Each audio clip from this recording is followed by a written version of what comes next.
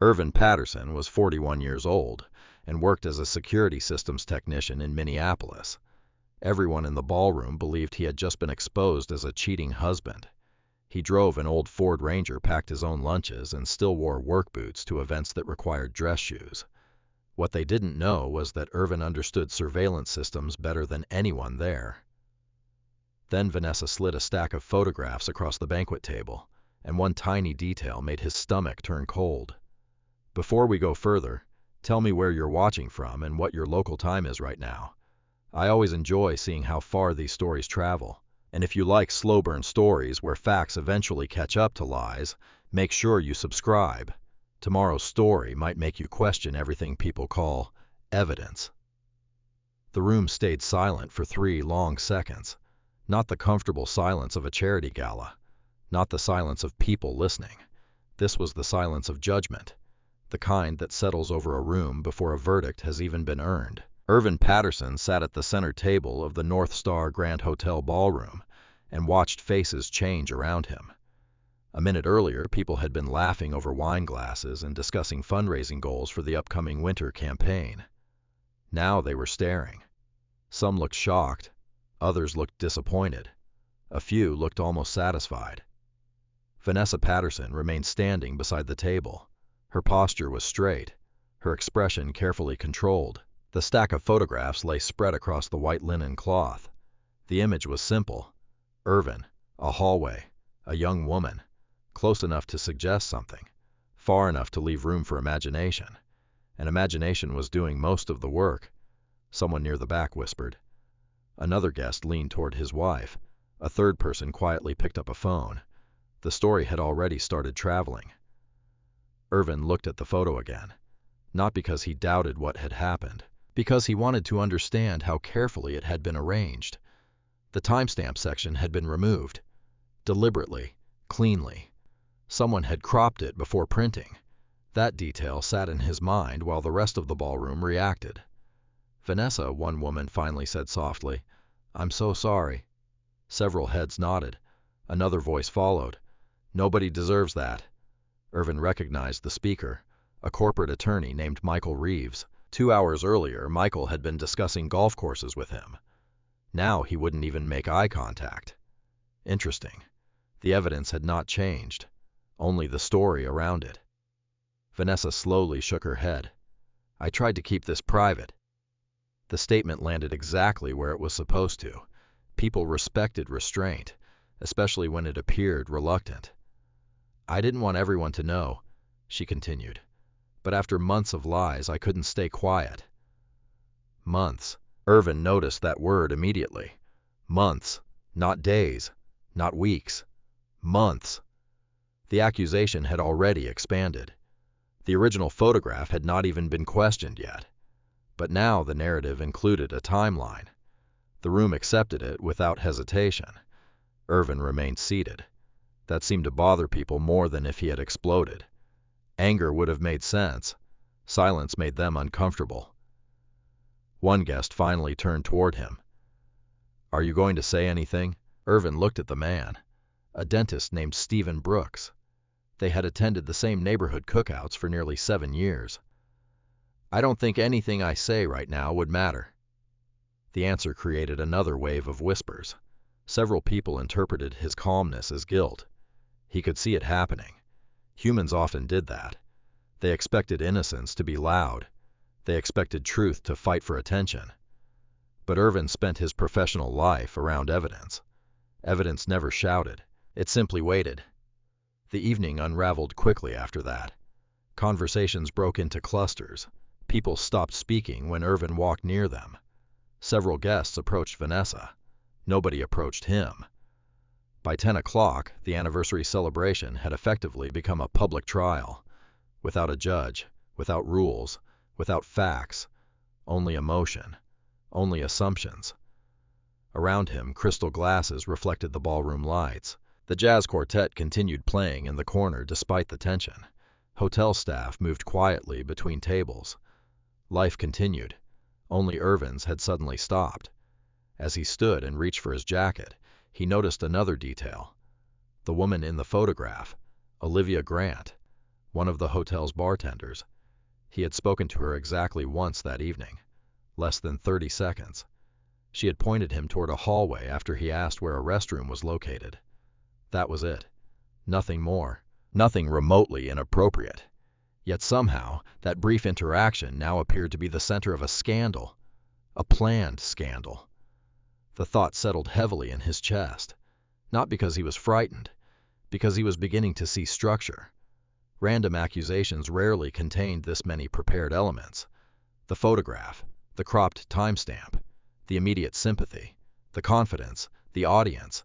This felt rehearsed, carefully, professionally, as if the outcome had been expected. Outside the ballroom, the hotel corridor felt cooler, quieter. The thick carpet muted every footstep. Irvin walked toward the elevators alone. Behind him, he could still hear fragments of conversation. His name floated through the hallway, never loudly, never directly, but enough to know the damage had already begun. His phone vibrated. A message appeared. Ethan Caldwell, his oldest friend. They had known each other since community college. The message contained only one sentence. What the hell happened? Irvin stared at the screen, then typed, "I don't know yet." A minute later, another message arrived. Is it true? Irvin read the words twice. Not because they hurt, because they arrived faster than he expected. Even Ethan wasn't asking what happened. He was asking whether it was true. The accusation had already become the starting point, not the question. The elevator doors opened. Irvin stepped inside. The mirrored walls reflected his tired face. His charcoal suit looked slightly outdated compared to the custom-tailored jackets downstairs. Vanessa had often complained about that, about the truck, about the boots, about the way he never seemed interested in impressing people. At the time, those complaints had sounded small. Tonight, they felt different. The elevator descended, floor by floor, level by level, as if carrying him away from a life that had already ended. When he reached the parking garage, his phone buzzed repeatedly. Notifications, one after another. A neighborhood group chat, a church volunteer chat, a charity committee chat, then silence, because he was suddenly removed from all three, one after another. No explanations, no questions, just removal. Irvin stared at the screen, then locked the phone. His old Ford Ranger sat beneath a concrete support column. The truck looked exactly as it had that morning. Faded paint, small dent above the rear tire, tool bag behind the passenger seat. Ordinary, reliable, unimpressive. He climbed inside, started the engine, and drove home through downtown Minneapolis. The city lights reflected across the windshield. Traffic remained light. The entire drive took 21 minutes. When he finally pulled into the driveway, something felt wrong immediately. The porch light was off. Vanessa always left it on. Always. Irvin stepped out, walked toward the front door, pulled out his phone, opened the smart lock application, pressed unlock. Nothing happened. He tried again. Error message, access revoked. For several seconds, he simply stared at the screen. Cold air moved through the quiet neighborhood. Somewhere nearby, a dog barked. A television flickered behind a window across the street. Inside the house, every light remained dark. Vanessa had already removed him. Not tomorrow, not next week, not after a conversation. Already. The realization settled heavily in his chest. Someone had prepared for this night long before the photographs ever touched that banquet table. And standing alone on his own front porch, locked out of his own house, Irvin understood one thing. The accusation was never the beginning.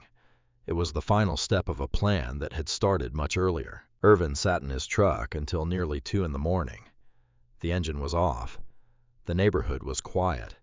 The house stood 30 feet away, dark and unreachable. A place he had helped pay for. A place he had repaired. A place where every cabinet hinge, every light fixture, every security sensor had passed through his hands at some point. Now he couldn't even open the front door. He leaned back in the driver's seat and looked through the windshield. No anger. Not yet. Just questions. Questions were more useful.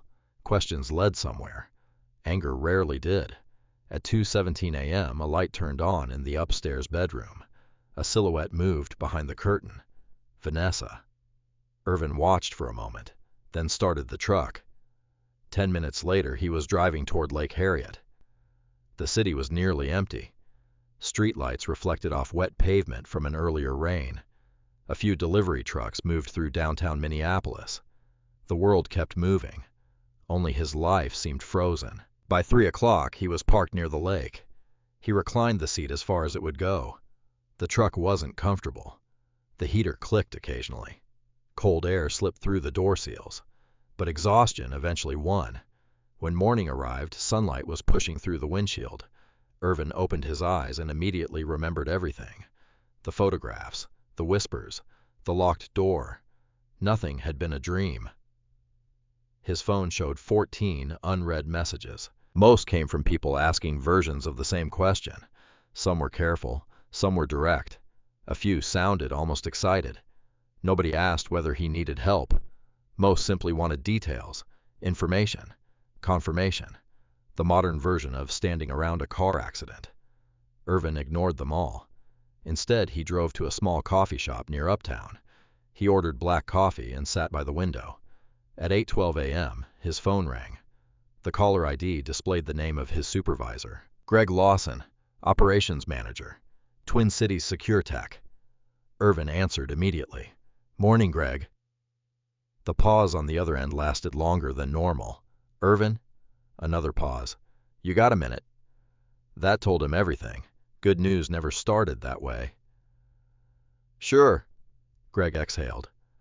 "We received a complaint this morning." Irvin stirred his coffee. Anonymous, of course. "What kind of complaint?" "Conduct." There it was. The accusation had moved faster than expected. The gala had ended less than 12 hours earlier. Already somebody had contacted his employer. Greg sounded uncomfortable. Normally, I wouldn't even mention it, but it referenced a public incident and claimed it could impact client trust. Irvin looked through the coffee shop window. People crossed the street carrying laptops and backpacks. Normal lives, normal mornings. Meanwhile, someone was actively dismantling his. "What exactly was said?" Greg hesitated.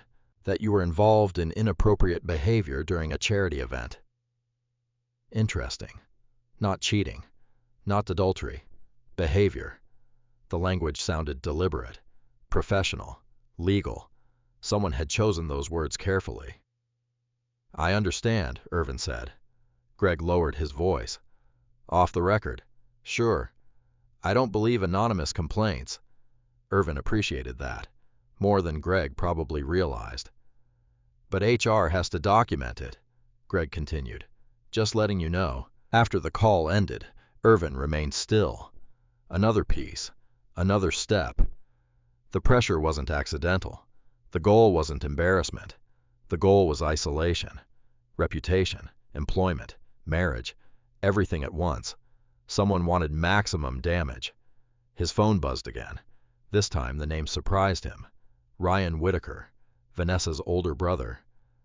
Irvin stared at the screen before answering. "Ryan?" "Morning." The voice sounded unusually calm, almost friendly. "I heard things got ugly last night." Irvin waited. Ryan continued. "Look, I don't want this turning into a circus." There it was, the real reason for the call. Not concern. Management. Control. "What are you asking?" "I'm asking you to leave quietly." The words landed with surprising precision. Not defend yourself. Not explain. Leave. Quietly. Ryan continued speaking. "Vanessa's hurting." Irvin looked down at his coffee. The cup remained untouched. "Interesting. What does that mean?" "It means I spent the night in my truck because I got locked out of my own house." Ryan didn't respond. For a second, only silence filled the line. Then came the sentence Irvin would remember later. "You should think carefully about how much damage you want to cause." The call ended shortly afterward. Irvin sat motionless. That statement stayed with him, not because it sounded threatening, because it sounded prepared, as if Ryan already expected evidence to appear, as if someone knew there was something worth hiding. By noon, Irvin was sitting inside his truck again, this time in a parking lot overlooking the Mississippi River. His mind kept returning to the same detail: the photograph, the hallway, the location. North Star Grand Hotel, a building he knew unusually well. Years earlier, before joining Twin Cities SecureTech, Irvin had worked as part of a consulting team that reviewed portions of the hotel's security infrastructure. Not the entire system, but enough to understand coverage patterns, enough to understand blind spots, enough to know something didn't fit. The hallway shown in the photograph wasn't random. People didn't accidentally end up there. The more he thought about it, the less the image made sense. By early afternoon, he had made a decision. He opened his contacts, scrolled down, and selected a name he hadn't called in nearly 3 years. Lauren Bishop. The phone rang twice. Lauren speaking? It's Irvin Patterson. Silence, then recognition. Irvin. Hi. I heard about last night. Of course she had. Everybody had. What can I do for you? She asked. Irvin looked across the river. I need information. Another pause.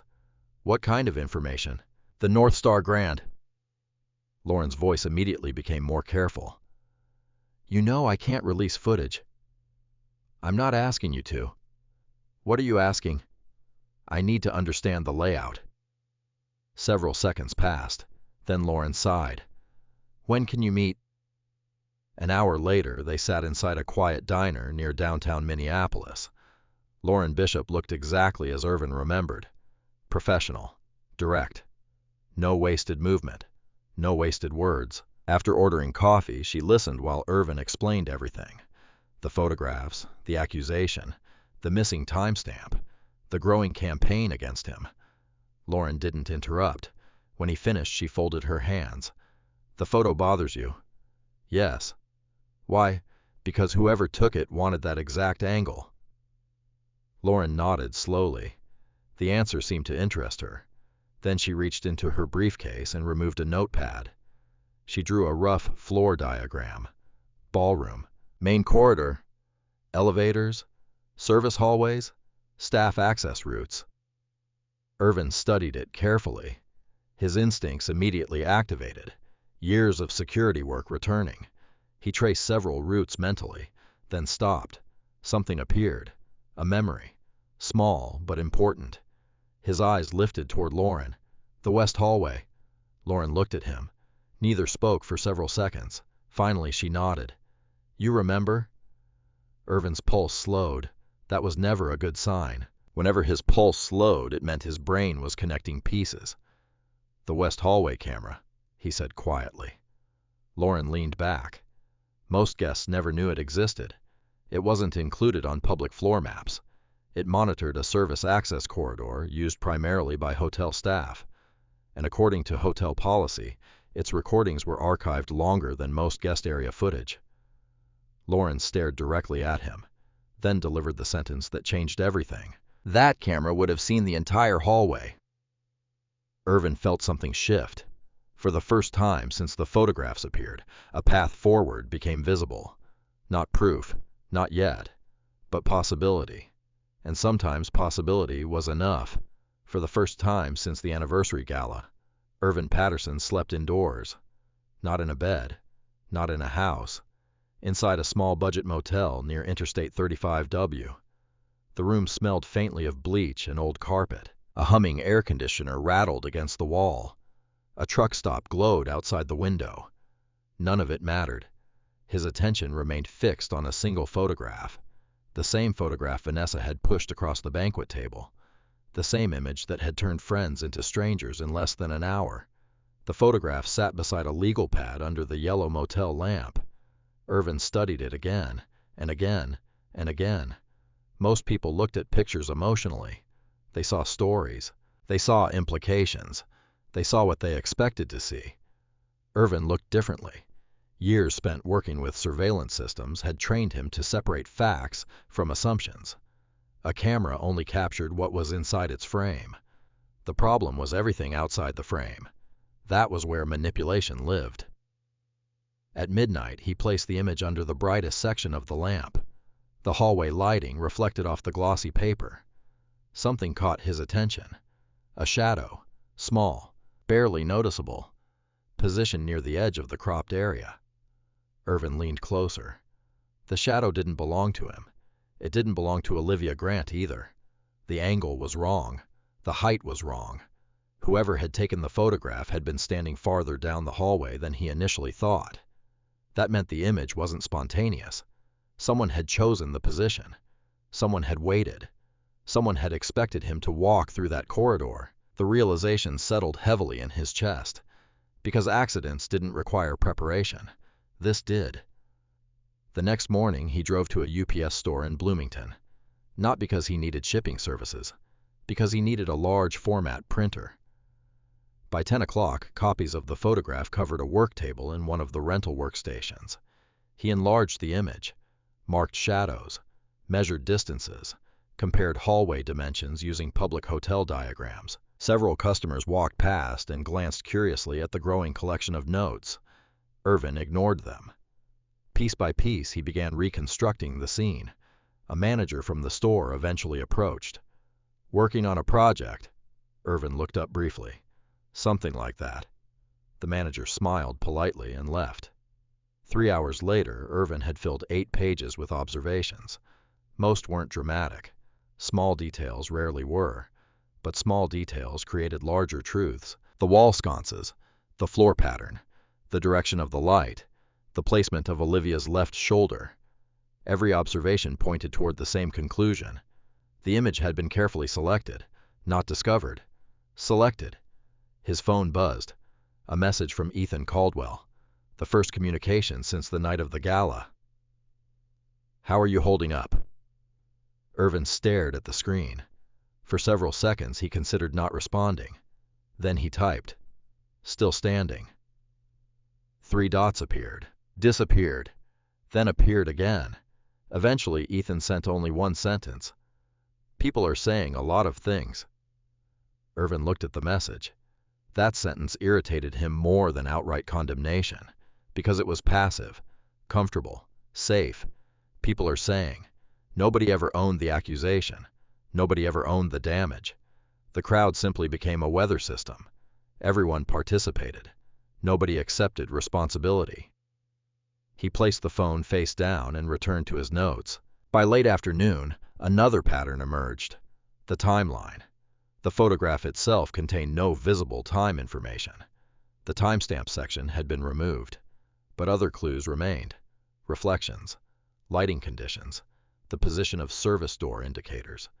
Those details suggested the image had been taken during a very narrow window, a window that could potentially be verified, if the footage still existed, if the logs still existed, if nobody deleted them first. That thought pushed him into motion. At 5:30 p.m., he called Lauren Bishop. She answered immediately. "Tell me you found something." "Maybe." Irvin explained the shadow, the camera position, the hallway geometry. Lauren listened carefully. When he finished, she remained quiet for a moment. "You're thinking somebody was waiting?" "Yes." "Then you're probably right." Her certainty surprised him. "What makes you say that?" Lauren sighed. "Because random photographs rarely survive long enough to become evidence." "What do you mean?" "They survive when someone plans to use them." Another piece, another observation, another reason not to rush. The conversation ended after a few minutes. Irvin spent the evening organizing documents, creating folders, saving screenshots, building timelines. Not because he knew exactly where things were headed, because preparation always mattered, especially when emotions were running high. Around 8 o'clock, another message arrived, this time from Vanessa, the first direct communication since the gala. The message was brief. "You should cooperate with the attorneys." Nothing else. No greeting. No explanation. No discussion. Just instruction. Irvin read it twice, then locked the screen. The wording bothered him. Not cooperate with my attorney. Not cooperate with me. The attorneys. Plural. As though an entire process was already underway. As though decisions had already been made. 2 hours later, someone knocked on the motel room door. Irvin wasn't expecting anyone.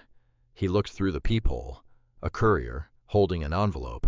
The package required a signature.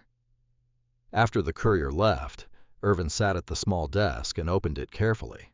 The return address belonged to a law firm in downtown Minneapolis. The document inside was 23 pages long. Legal separation paperwork.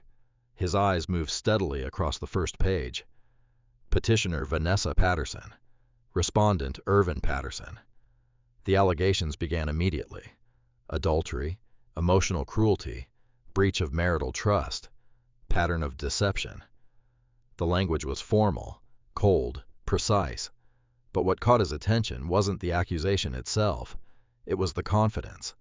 The document read as if guilt had already been established, as if facts were unnecessary, as if the outcome had already been chosen. Irvin continued reading, page after page, claim after claim. Then he stopped. A small detail appeared in paragraph 14. Most people would have missed it. A date, specific, precise. According to the filing, Vanessa claimed concerns about infidelity had begun nearly 3 months before the gala. Irvin read the sentence again. 3 months. His eyes narrowed, because that timeline created a problem, a significant one. 3 months earlier, he and Vanessa had attended a nonprofit fundraising retreat in Duluth. The trip had required shared travel records, shared accommodations, shared schedules. The allegation didn't fit reality. Not completely, not cleanly. The inconsistency was small, but it existed, and small inconsistencies often led somewhere. He flipped through the remaining pages. More accusations, more assumptions, more conclusions. Very little evidence. Eventually, he placed the documents on the desk. The motel room had grown dark. Outside, traffic moved steadily along the interstate. Headlights swept across the curtains. Irvin sat quietly.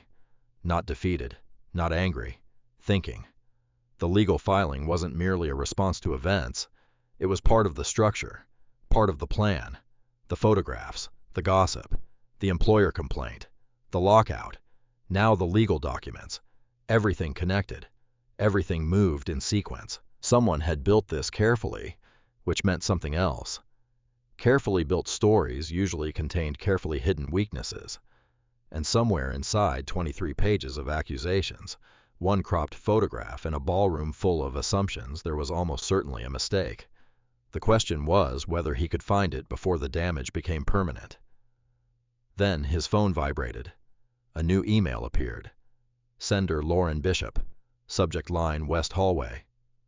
Archive inquiry. Irvin opened it immediately. The message contained only 2 sentences. We need to talk tomorrow morning. The retention records don't match what they should.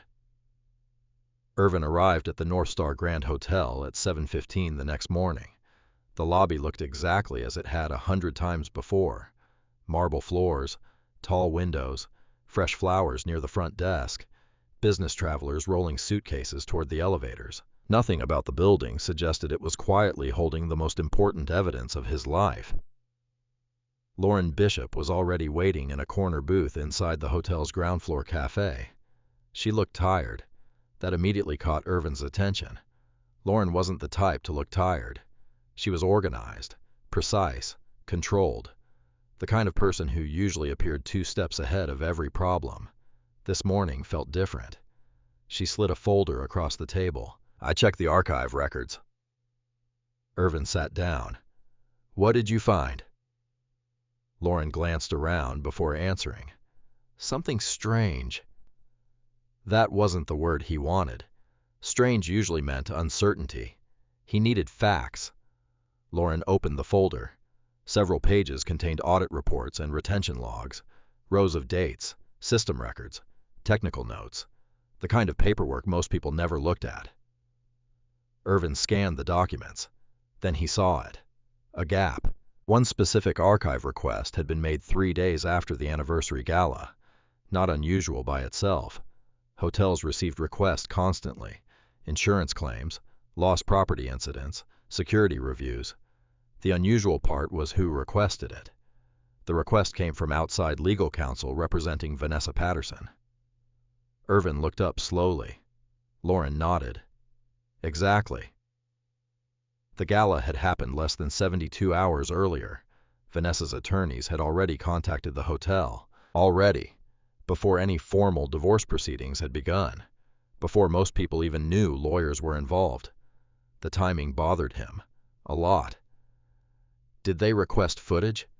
Lauren shook her head. No. Then what? They requested confirmation that footage existed. Irvin leaned back. That was worse. Much worse. People asked for footage when they wanted evidence. People asked whether footage existed when they were trying to determine what evidence might survive. The distinction mattered. Lauren continued. Whoever made that request knew enough to ask specific questions. Specific how? The west hallway. For several seconds, neither spoke.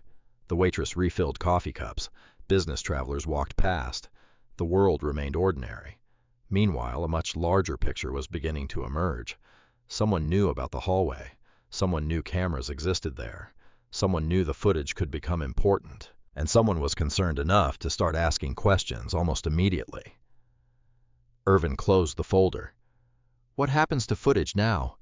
Lauren answered instantly. Nothing. What do you mean? I locked the archive. That got his attention. You did what? Lauren met his eyes. After our conversation yesterday, I initiated preservation procedures. Now Irvin understood why she looked tired. Preservation procedures created paperwork, approvals, internal reviews, chain of custody requirements, a lot of responsibility. Lauren had effectively protected evidence before anyone officially requested it. Thank you. She dismissed the gratitude with a small wave. Don't thank me yet. That sentence was rarely good news. Lauren slid another document toward him. A retention chart, camera numbers, archive dates, storage locations. Irvin studied it carefully. The west hallway camera still existed. Its footage remained intact.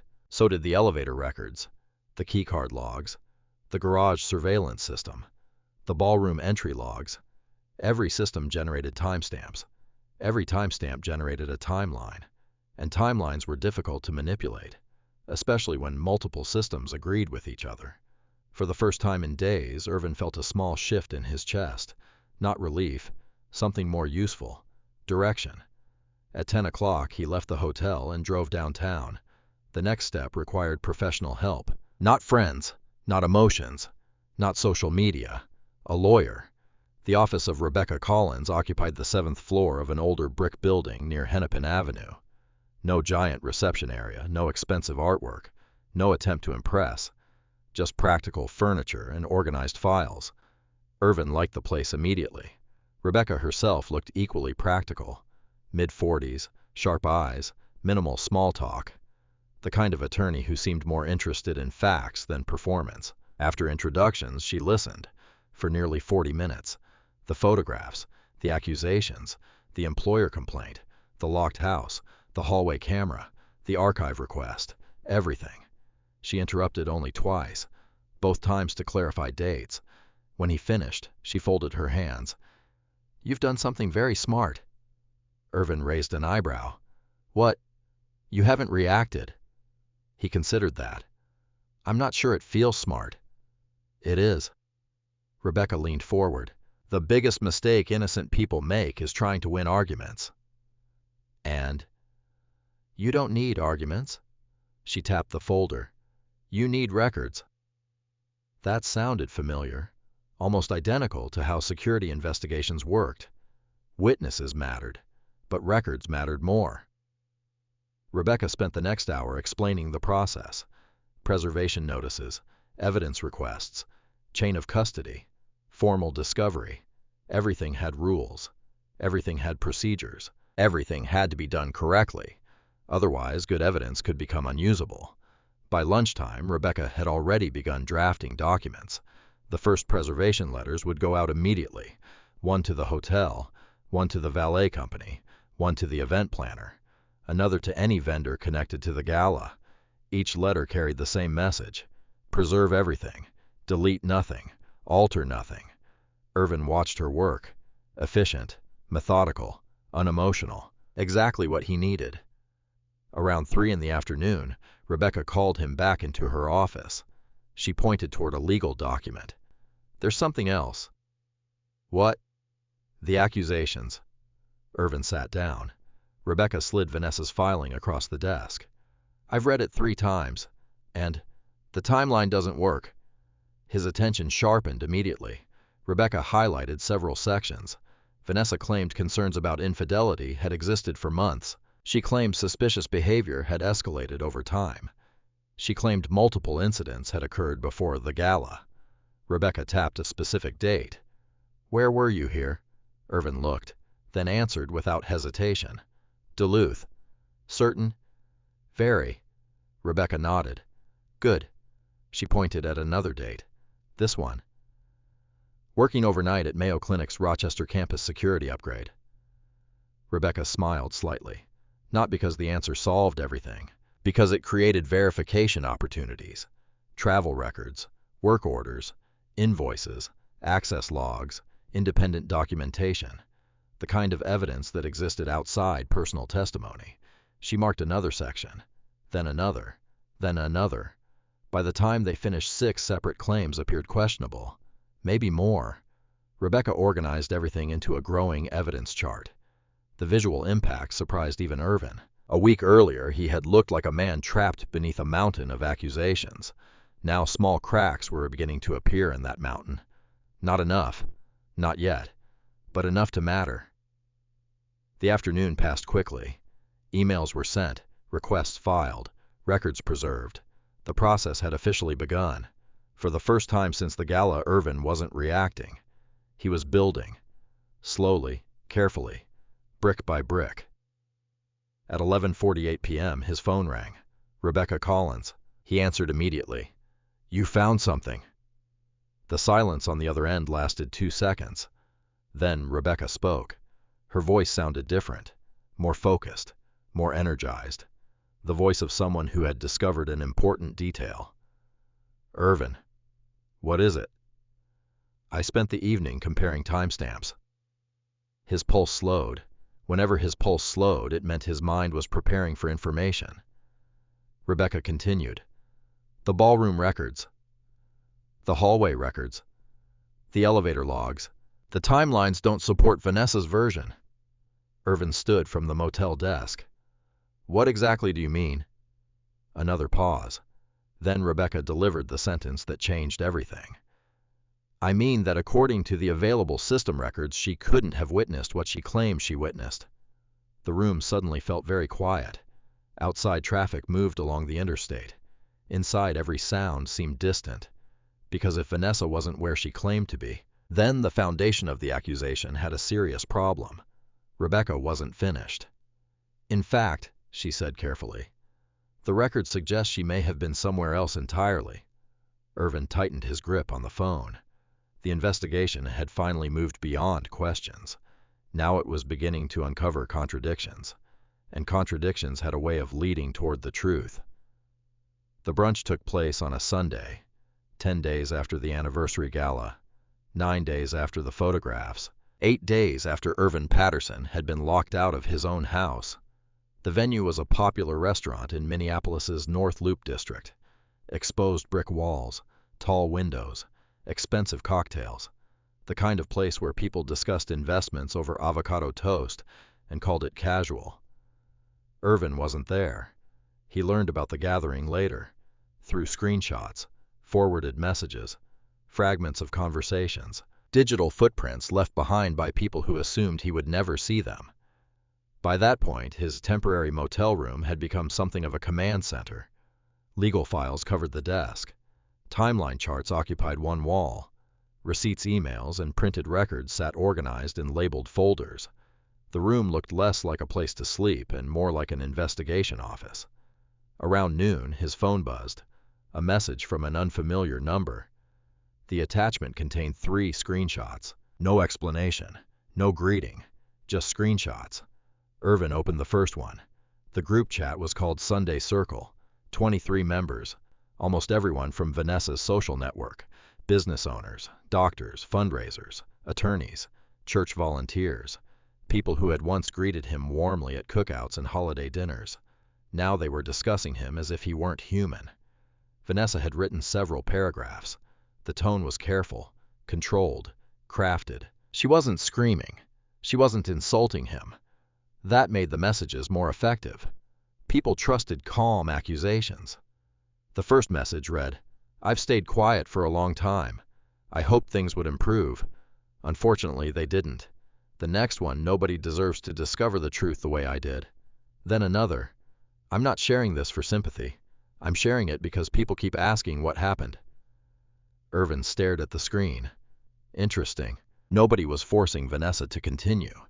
The story was being maintained intentionally, expanded intentionally. The accusation had become a narrative, a public one. He continued reading. Several people immediately offered support. One woman called Vanessa brave. Another called her strong. Someone wrote that they had always suspected something felt off about Irvin. That comment almost made him laugh. Always suspected. People loved rewriting history. Once a conclusion appeared, memories rearranged themselves to support it. The quiet husband became suspicious. The introverted man became secretive. The private person became dishonest. Facts mattered less than perception. The second screenshot showed more of the conversation. One message stood out. Michael Reeves, the same attorney who had avoided eye contact at the gala. His response was brief. "If you need witness statements, I'm happy to help." Witness statements. Irvin leaned back in his chair. Nobody had witnessed anything. Not a single person. There was one photograph, one interpretation, and now volunteers were offering testimony. Human beings were remarkable sometimes. The third screenshot revealed something else, a discussion about his employment. Someone asked whether Twin Cities Secure Tech knew. Another person claimed employers should be informed about character issues. Character issues. Irvin closed the image. His expression remained unchanged, but his jaw tightened slightly. That tiny movement was often the only outward sign of anger. His reputation wasn't merely being questioned anymore. It was being circulated, packaged, distributed, like a product. His phone rang shortly afterward. Rebecca Collins. "You got the screenshots?" "Yes." "What do you think?" Irvin looked at the documents spread across the motel desk. "I think they're trying to create witnesses." Rebecca was quiet for a moment. Then she answered, "Exactly." That confirmation mattered, because it meant he wasn't imagining patterns. The strategy was becoming visible. The more a story repeated, the more credible it appeared, especially among people who wanted to believe it. Rebecca continued, "Keep everything." "I already am." "Good." She paused. "How are you holding up?" The question surprised him, not because it was difficult, because so few people had asked it. Irvin considered the answer carefully. "I think I'm getting used to disappointment." The line remained silent for a second. Then Rebecca changed the subject, maybe deliberately. "Good news." That got his attention. "We received confirmation from the valet company." Irvin sat forward. "And the records still exist." His pulse slowed, a sign that his brain was shifting into analysis mode again. "What records?" "Vehicle movement logs." Now things became interesting. Most people paid little attention to valet systems. Security professionals didn't. Valet operations created timestamps, arrival times, departure times, ticket numbers, vehicle transfers, data, lots of data. Rebecca continued. "We requested preservation. They complied." "What does that give us?" "Maybe nothing." Then she added, "Or maybe everything."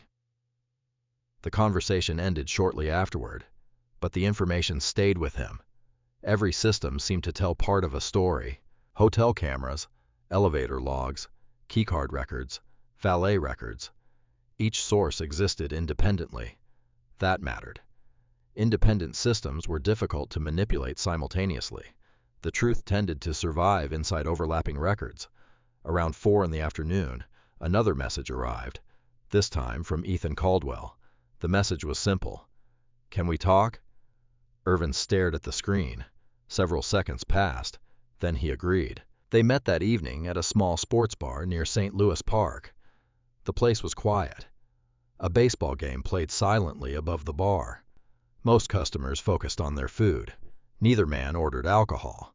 Ethan looked uncomfortable almost immediately. Not guilty. Uncomfortable. The difference mattered. "How bad is it?" Ethan finally asked. Irvin knew what he meant. Not the marriage, the reputation, the social damage. "The story's growing." Ethan nodded. He looked down at the table, then spoke carefully. "People really believe it." There was no cruelty in the statement, only honesty. Irvin appreciated honesty, even when it hurt. "I know." Ethan rubbed the back of his neck. "I didn't want to ask." "But you did." "Yeah." A small silence followed. Then Ethan looked directly at him. "Tell me the truth." Irvin held his gaze. The answer came immediately, without hesitation, without emotion. "It isn't true." The words sat between them, simple, direct, no explanation, no performance, just truth.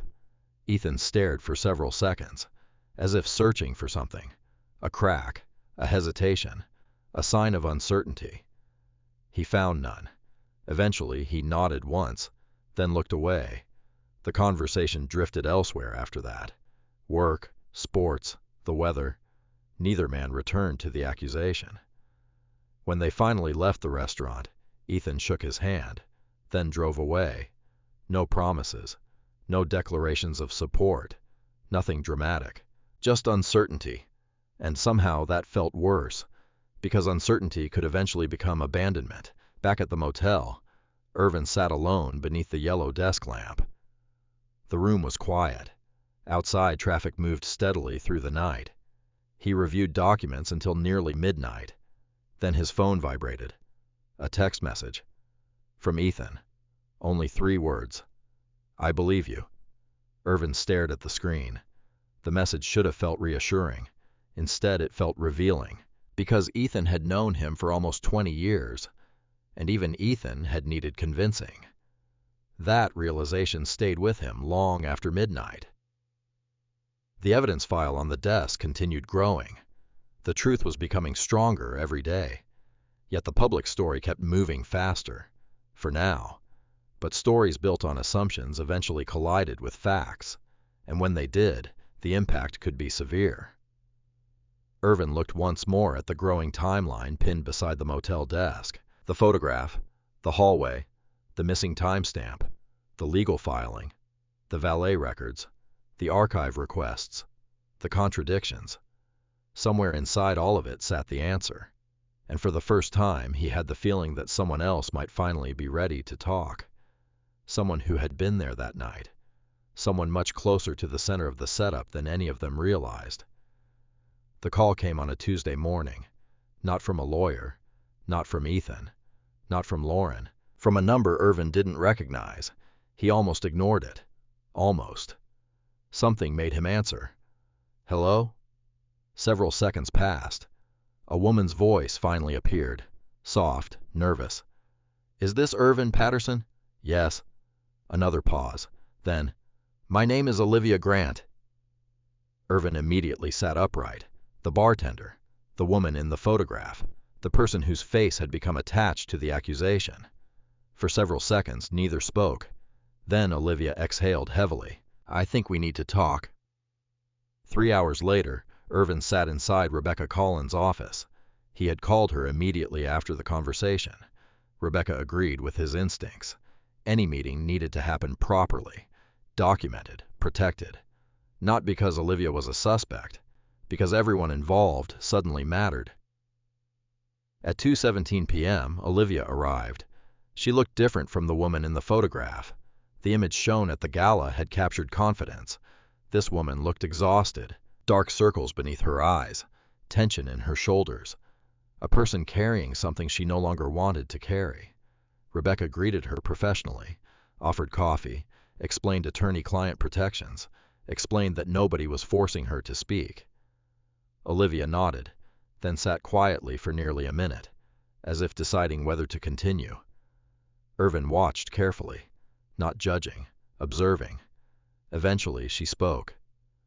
I didn't know what was happening. Rebecca remained silent, allowing the story to come naturally. Olivia looked down at her hands. The night of the gala. Another pause. I thought I was helping someone. Irvin felt his attention sharpen. Every word mattered now. Olivia continued. Vanessa approached me before the event. There it was, the first direct connection. Rebecca made a note. Olivia noticed, then kept going. She told me her husband might be overwhelmed by the crowd.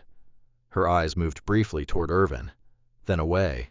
She asked if I could point him toward a quieter hallway if he needed anything. Irvin didn't interrupt. Rebecca didn't interrupt. The room remained completely still. At the time, it sounded normal. Olivia swallowed. I work events. People ask strange favors all the time. She looked embarrassed, as though blaming herself. But Irvin already understood something important. Normal requests rarely appear suspicious in the moment. Only later. Only after consequences appear. Olivia continued speaking. When you approached the bar that night, she looked at Irvin. I recognized you from the photograph Vanessa had shown me. A photograph? That detail was new. Rebecca's pen stopped moving briefly. What photograph? She asked. Olivia frowned. A family picture. Rebecca exchanged a quick glance with Irvin. Interesting. Very interesting. Vanessa had prepared Olivia in advance, not extensively, but enough. Enough to ensure identification. Enough to ensure cooperation. Olivia continued. You asked where the restroom was. Irvin nodded. That's correct.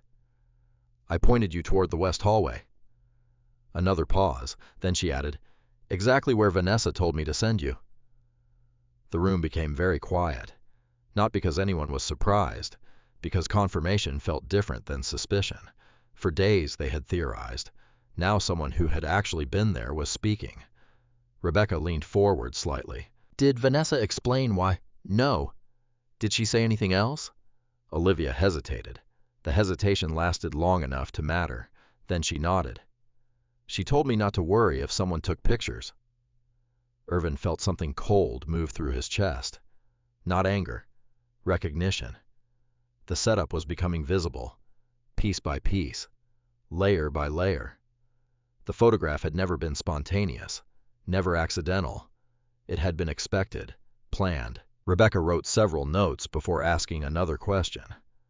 What happened after Mr. Patterson entered the hallway? Olivia answered immediately. I walked away. The certainty in her voice stood out. No hesitation, no uncertainty. I went back behind the bar. Did you ever meet privately with him? No. Touch him? No. Exchange numbers? No. Communicate afterward? No. Every answer landed like another brick in a growing structure, solid, consistent, simple. Truth often sounded that way. It didn't require complicated explanations. Then Olivia's expression changed, only slightly, but enough for Irvin to notice. There was more, a lot more. Rebecca noticed too. What else? Olivia looked toward the office window, gathering courage. Then she spoke. There was another person. Irvin immediately thought of Ryan Whitaker, Vanessa's brother, and a second later Olivia confirmed it. Ryan. Rebecca's pen stopped again. What about Ryan? Olivia folded her hands tightly. As soon as Mr. Patterson walked down the hallway, Ryan appeared. Irvin remained motionless. His pulse had slowed again, a familiar sign. His mind was processing, building, connecting. Olivia continued. I didn't think anything of it at first. Why not? Rebecca asked. Because he looked like he was waiting for someone. Waiting. Another important word. Not wandering, not passing through. Waiting. Olivia shook her head slowly. I remember it now because it felt strange afterward. The office remained silent, allowing her memory to unfold naturally. He kept looking toward the corridor. She swallowed. Then he checked his phone. Another pause. Then someone else arrived. Rebecca looked up. Who?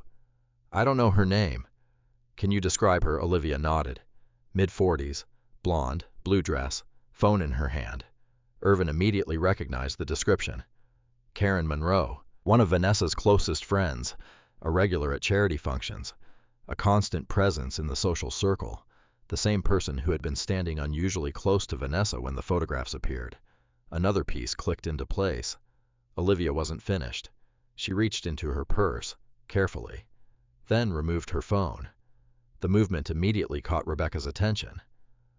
"What is that?" she asked. Olivia looked embarrassed. "A mistake." Rebecca raised an eyebrow. Olivia unlocked the device, opened a file, then placed the phone on the desk. "It happened by accident." Nobody spoke. She explained. Several days before the gala, Vanessa had called her regarding event logistics. Olivia had been driving at the time. Her phone accidentally activated a recording application during the conversation. She didn't realize it until later. The recording remained stored in her device. Rebecca's eyes narrowed slightly. "Have you listened to it?" Olivia nodded. "More than once." "And?" The bartender looked toward Irvin, then toward Rebecca. Finally, she answered, "I think you should hear it yourselves." The room suddenly felt smaller. Rebecca carefully connected headphones, verified the file, checked timestamps. Everything about her movements became methodical, professional. Evidence first, assumptions later. After a few moments, she pressed play. Static filled the office, road noise, muffled voices. Then Vanessa's voice emerged, clear enough to understand. Not every word, but enough, far more than enough. Several minutes passed. Nobody interrupted. Nobody reacted outwardly. When the recording ended, silence returned. Heavy silence, different from the silence that had filled the ballroom. This silence carried weight, meaning, consequence. Rebecca slowly removed the headphones, then replayed one specific section, a short section, only a few seconds long, but devastating. Vanessa's voice, calm, matter-of-fact, saying words that completely changed the investigation. Not a confession, not directly, nothing that obvious. Something more dangerous, a statement revealing prior knowledge, prior planning, prior coordination. Enough to suggest the photograph had never been chance. Enough to suggest multiple people already knew where Irvin would be before he ever walked into that hallway. Rebecca closed the audio file, then looked at Olivia. "You understand how important this is?" Olivia nodded. Tears had begun forming in her eyes. Not dramatic tears, exhausted ones, the kind that appeared when somebody finally stopped carrying a secret. "I know." For the first time since arriving, Irvin spoke. His voice remained calm, steady. "Why come forward now?" Olivia looked at him. The answer arrived immediately, because she had been asking herself the same question for days. "I watched what happened to you." The office remained silent. "I watched people destroy you." She looked down. "And I knew something wasn't right." No speeches, no grand declarations, just honesty. Sometimes honesty sounded surprisingly simple. Rebecca carefully saved a copy of the recording, created backups, documented chain of custody. Every step mattered. Every procedure mattered. Because for the first time, they weren't just collecting evidence anymore. They were collecting witnesses, and witnesses had a way of changing everything, especially when they carried proof. As Olivia prepared to leave, Rebecca's phone buzzed. An email notification.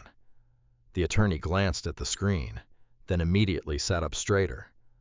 That reaction alone told Irvin something significant had happened. Rebecca opened the message, read it once, then again. Finally, she looked directly at Irvin. "The hotel archive team just finished reviewing another camera." Irvin felt his stomach tighten. "What did they find?" Rebecca didn't answer immediately. Instead, she turned the laptop screen toward him. A still image appeared, a hallway, a timestamp, and a face. A face neither of them expected to see, standing exactly where Olivia claimed. Ryan Whitaker. Rebecca Collins did not speak for several seconds. Neither did Irvin. The still image remained frozen on the laptop screen. Timestamp visible, hallway visible, Ryan Whitaker visible. The significance wasn't merely that he was there, it was when he was there. The timestamp showed 8:46 p.m., exactly where Olivia said he would be, exactly when Olivia said he appeared. Independent confirmation, the kind investigators loved, because independent confirmation didn't care about opinions, it didn't care about loyalty, it didn't care about who was telling the truth, it simply existed. Rebecca enlarged the image. Ryan stood near a service corridor entrance, his body angled toward the hallway, one hand holding a phone, the other inside his pocket, waiting, watching, not walking through, not passing by, waiting. Irvin studied the frame, then Rebecca opened another image, and another, and another. The hotel archive team had extracted a sequence, not video yet, still frames, several seconds apart, enough to establish movement, enough to establish position, enough to establish presence. Ryan remained there for over 2 minutes, long enough to destroy any claim of coincidence, long enough to raise new questions. Rebecca finally closed the laptop, then looked at Irvin. "We need a timeline." Irvin nodded. The same thought had already formed. A complete reconstruction, minute by minute, system by system. No assumptions, no speculation, just records. The following morning became an exercise in precision. By 9 o'clock, Rebecca Lauren Bishop and Irvin occupied a conference room inside Rebecca's office. The large table disappeared beneath documents, printouts, diagrams, timestamps, security logs, valet records, hotel floor plans. Every piece of information now belonged to a growing puzzle. Lauren connected a laptop to a wall monitor. The first timestamp appeared. 8:41 p.m. Rebecca circled it. "Let's start here." Irvin immediately recognized the entry. His phone records. A text message received during the gala. The message had claimed Vanessa felt ill and needed help near the West Corridor. At the time, nothing about it seemed unusual. Now it looked very different. Rebecca highlighted the sender information. The message came from an online number. Not Vanessa's phone, not any recognizable contact. A spoofed number, another planned element, another piece. 8:41 p.m., Rebecca repeated. "Mr. Patterson leaves the ballroom." Lauren advanced the timeline. Next timestamp, 8:44 p.m.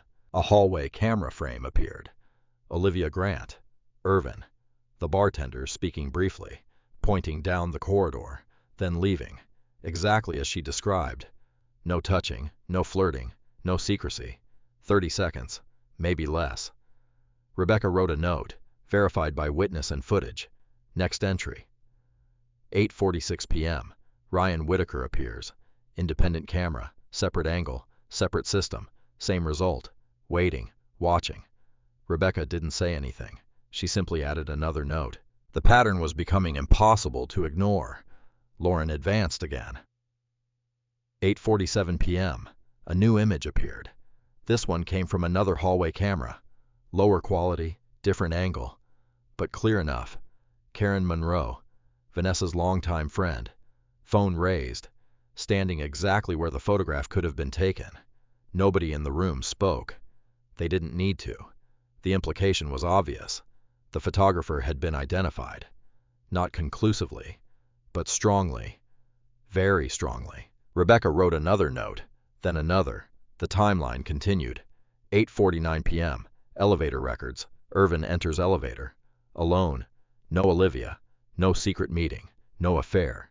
Just one man entering an elevator. Security logs confirmed it. Camera footage confirmed it. The systems agreed. And when systems agreed, reality became difficult to challenge. Lauren advanced to the next sequence. 8:50 p.m. The elevator reached a lower floor. Irvin exited. Still alone. Another camera. Another confirmation. Another piece. Rebecca leaned back. "This destroys the photograph." Irvin looked at the screen. Not quite. Not yet. The photograph still existed. People would still point at it. People would still believe it. But the story attached to it was beginning to collapse. And stories mattered more than images, especially in court. The reconstruction continued through the afternoon. Hour after hour, record after record. No shortcuts, no guesses, just evidence. By 4 o'clock, a remarkably clear picture had emerged. A picture no one expected. A picture that shifted attention away from Irvin entirely. It began with a parking garage access log. Lauren displayed it on the screen.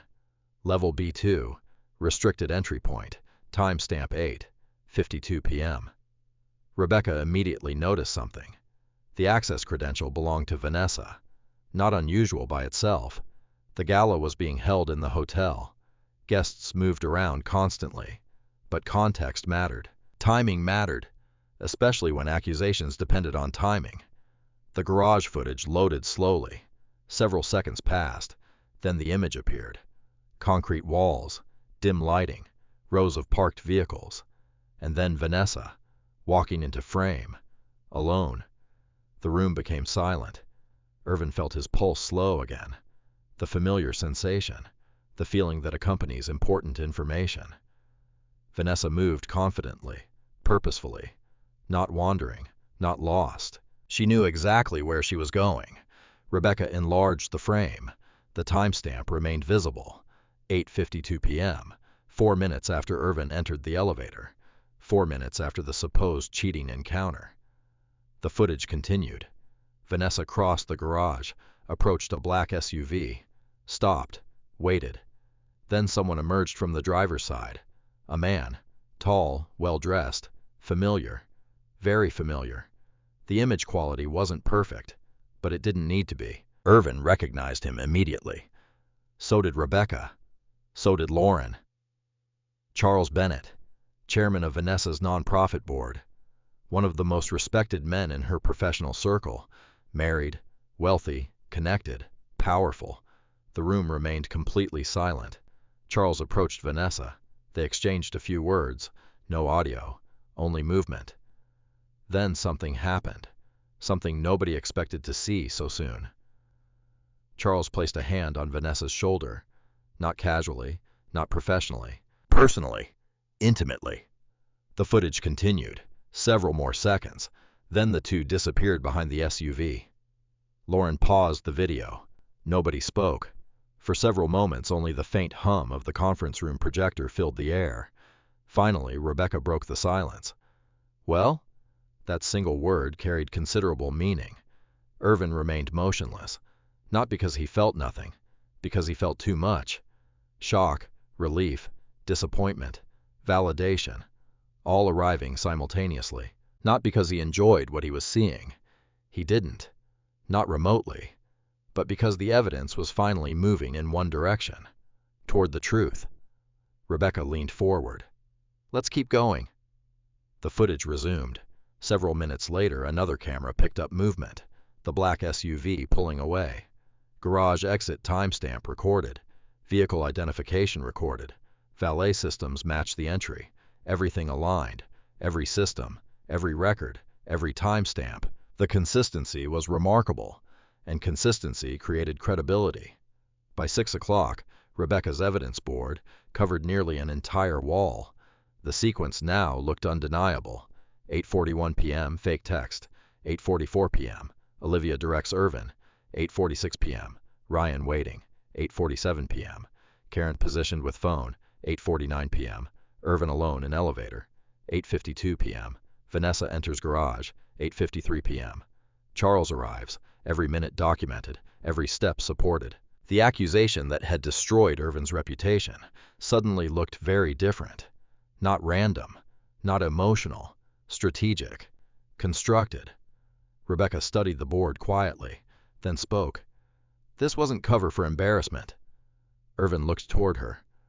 What was it? Rebecca's eyes remained on the timeline. It looks like cover for something else.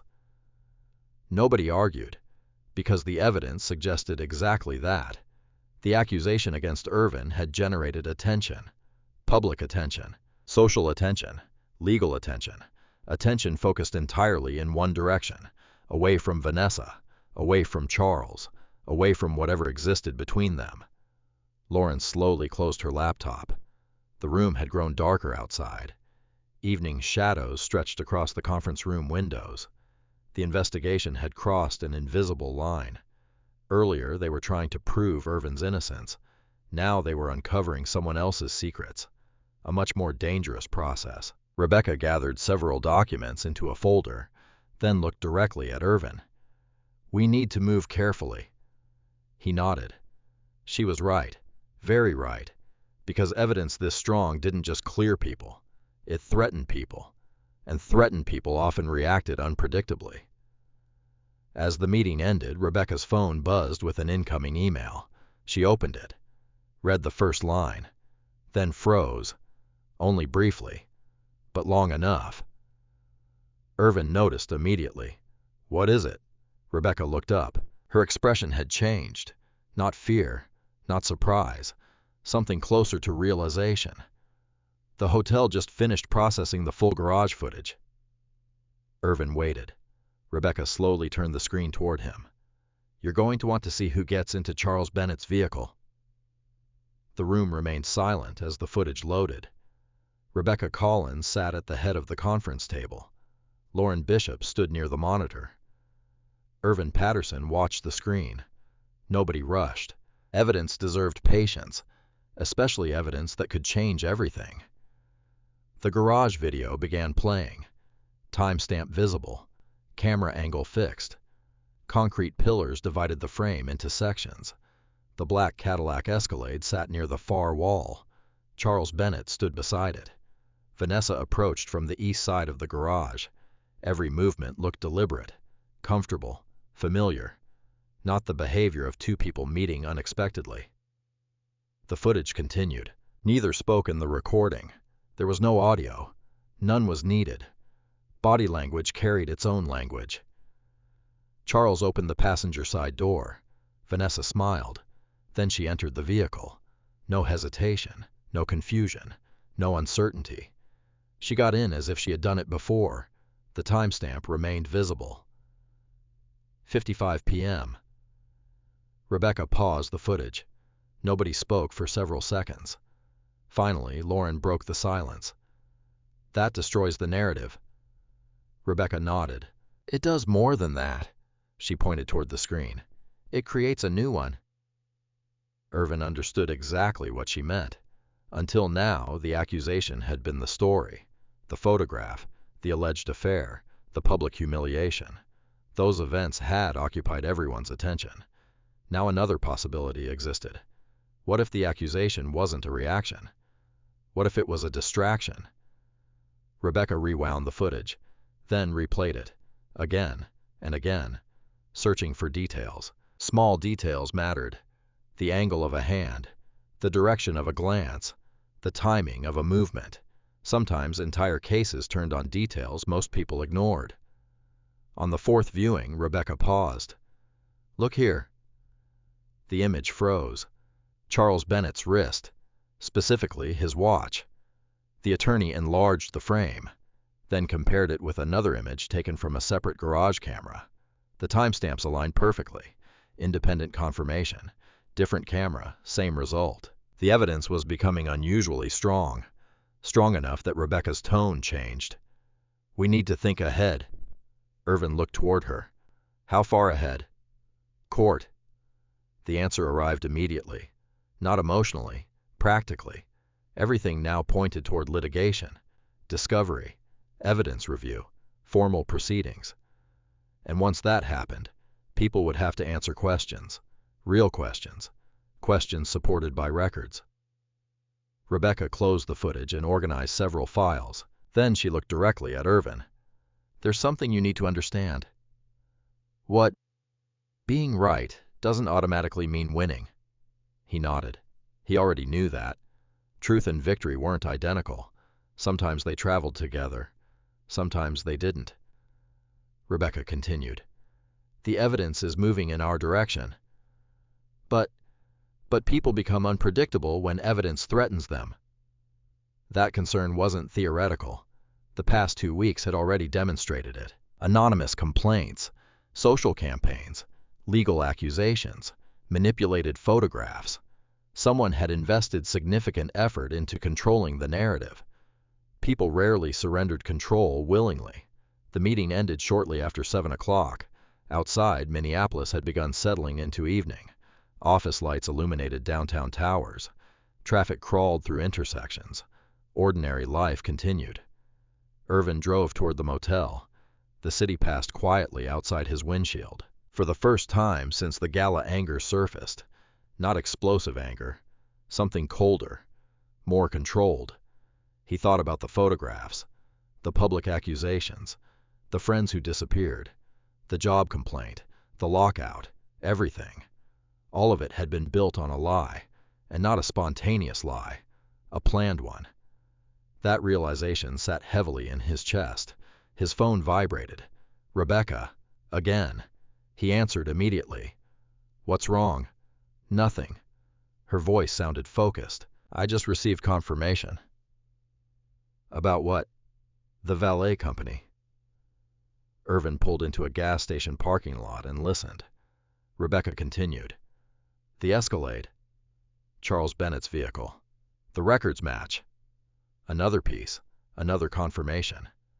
The valet company maintained electronic records for all vehicle movement. Arrival times, departure times, driver information, ticket numbers. The Escalade entered exactly when garage footage suggested, and left exactly when garage footage suggested. No contradictions, no gaps, no ambiguity. The systems agreed. Rebecca sounded satisfied. Attorneys appreciated agreement between independent records, especially when preparing for court. "Good," Irvin said. "It's better than good." Rebecca paused. "Now we know the footage isn't standing alone." That mattered. A single piece of evidence could be challenged. Multiple independent records supporting the same conclusion became far more difficult to attack. After ending the call, Irvin remained in the parking lot for several minutes, thinking. The pieces were connecting, slowly but clearly, and every connection pointed toward the same conclusion. The accusation had not been about exposing a cheating husband. It had been about protecting someone else. The following afternoon, Rebecca requested another meeting. This one took place inside her office conference room. Only 2 people attended. Rebecca, Irvin. The attorney placed several documents across the table. Legal motions, draft filings, evidence summaries. The stack looked substantial, because it was. Weeks of investigation had produced results. Rebecca pointed toward the first document. "Motion to preserve and admit digital evidence." Irvin scanned the pages. Technical descriptions, video references, chain of custody documentation. Everything looked professional, methodical, difficult to dismiss. "We're filing this." Rebecca nodded. "Immediately." She turned to another document. "Once filed, the court receives notice." Irvin understood the implication. The timeline was changing. Up until now, evidence existed mostly inside private investigations. Soon it would enter the legal system, and once it entered the legal system, people would lose the ability to ignore it. Rebecca folded her hands. "How badly do you want to confront Vanessa?" The question surprised him. He considered it carefully, then answered honestly. "Less than I did a week ago." Rebecca smiled slightly. That was probably the correct answer, because confrontation rarely produced useful results. Evidence did. Rebecca nodded approvingly. "Good." She leaned back. "Don't." Irvin raised an eyebrow. "Don't what?" "Don't call her. Don't message her. Don't try to force a confession." She pointed toward the evidence folders. "This is enough." He looked at the stack, then at the attorney, then back at the stack. Rebecca was right. The temptation existed. Of course it existed. Anyone would want answers. Anyone would want explanations. Anyone would want to ask why. But why rarely changed outcomes. Facts did. Around 6 o'clock, another development arrived. Lauren called. Her tone carried unusual urgency. "There's something else." Irvin immediately paid attention. "What happened?" "The board." "What board?" "Vanessa's nonprofit." Now things became interesting. Lauren continued. "One of their directors contacted the hotel." Irvin sat forward. "And?" "They requested information regarding Charles Bennett." That caught him completely off guard. Rebecca, who was sitting across from him, noticed the shift immediately. "What is it?" Irvin placed the call on speaker. Lauren repeated herself. The nonprofit board had begun asking questions, not publicly, not formally, but privately, quietly, internally. Someone inside the organization had become suspicious. Perhaps rumors, perhaps inconsistencies, perhaps something else. Whatever the cause, interest was growing. After the call ended, Rebecca looked thoughtful, very thoughtful. "This could move faster than I expected," Irvin agreed. Until now, the investigation had focused on clearing his name. Now the consequences were spreading outward, toward Vanessa, toward Charles, toward everyone connected to the deception. Rebecca opened her laptop, reviewed several notes, then looked directly at Irvin. "We file tomorrow." He nodded. The decision felt correct, necessary, overdue. Weeks earlier, the accusation had arrived like a wave, sudden, overwhelming, uncontested. Tomorrow the evidence would begin moving in the opposite direction. Not through gossip, not through social media, not through public arguments, through the legal system. The place where timestamps mattered, where records mattered, where evidence mattered. As the meeting ended, Rebecca received another email. She opened it casually, then stopped reading. A few seconds passed. Her expression changed, not dramatically, but enough. Irvin noticed. "What is it?" Rebecca slowly turned the screen toward him. The email contained a notice, official, formal, unexpected. A hearing date. The court had moved faster than anticipated, much faster, and for the first time the evidence wouldn't remain inside conference rooms and attorney offices. It would be displayed publicly, in a courtroom, for everyone to see. The hearing was scheduled for a Thursday morning, Hennepin County Family Court, Courtroom 4B, 900 a.m. 3 weeks earlier, Irvin Patterson had been sitting in a hotel ballroom while friends silently judged him. Now he sat in a courthouse parking garage, adjusting the cuffs of the same charcoal jacket he had worn that night. Not because he lacked other clothes, because he remembered. The jacket reminded him where this had started. The accusation, the photograph, the whispers, the locked front door, everything. Rain tapped softly against the windshield. Downtown Minneapolis looked gray beneath low clouds. Irvin checked his watch. 8:21 a.m. Enough time, no rush, no panic, just procedure. That was what Rebecca Collins had drilled into him during the previous week. Procedure. The legal system moved differently than social circles. Opinions mattered less, evidence mattered more. Inside the courthouse, security lines moved steadily. Attorneys carried briefcases. Families sat quietly in hallways. People waited for decisions that would alter their lives. Irvin understood he was one of them now. At 8:43, he met Rebecca outside courtroom 4B. She carried 2 large binders. Nothing flashy, nothing dramatic, just evidence, organized, indexed, prepared. "You sleep?" she asked. "A little." Rebecca nodded. "Good enough." That was as close to encouragement as she usually offered. Several minutes later, Vanessa arrived. She wasn't alone. 3 friends accompanied her: Michael Reeves, Karen Monroe, and another woman from the charity board. The same people who had stood closest to her after the accusation. The same people who had repeated the story. The same people who never once contacted Irvin directly. Vanessa wore a navy designer suit, perfectly tailored, perfectly composed. From a distance, she looked confident, professional, untouchable. Her attorney walked beside her carrying a leather case. The man appeared polished. Expensive watch, expensive shoes, expensive confidence.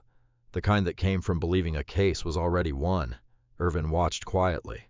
Not because he felt nothing, because observation had become a habit. He noticed Karen whispering something, Michael nodding, Vanessa avoiding eye contact. Interesting. People often avoided eye contact when reality became uncertain. At exactly 9 o'clock, the courtroom doors opened. Everyone entered. The room itself felt smaller than Irvin expected. Dark wood, simple layout, no dramatic television-style atmosphere, just a judge's bench, several tables, A few rows of seats. Real life rarely looked like movies. The hearing began promptly. Judge Eleanor Whitmore entered. The room stood, then sat. Formalities followed. Names were recorded, appearances noted, procedural matters addressed. Everything moved with deliberate efficiency. Then Vanessa's attorney stood, and the story began. For nearly 20 minutes he presented the narrative that had dominated the past month. Marital betrayal, loss of trust, emotional damage, public embarrassment. The language sounded polished, professional, convincing, especially to someone unfamiliar with the facts. The attorney displayed the photograph. The same photograph. The image appeared on a courtroom monitor. Larger than life. Irvin stared at it. Strange. A month ago that image had nearly destroyed him. Now it looked small, almost fragile, because he understood what existed outside the frame. Vanessa's attorney pointed toward the image. Mrs. Patterson became aware of inappropriate conduct involving another woman. The judge listened. Expression neutral, professional, no visible reaction. The attorney continued. Witness statements, character concerns, relationship deterioration. Everything sounded dramatic. Everything sounded compelling. But one thing remained missing. Proof. Real proof. Not assumptions, not interpretations. Proof. Eventually, the attorney sat down. The courtroom grew quiet. Judge Whitmore turned toward Rebecca. Ms. Collins. Rebecca stood. No theatrics, no dramatic pause, no emotional speech, just a lawyer carrying evidence. Your Honor, before discussing allegations, I would like to discuss records.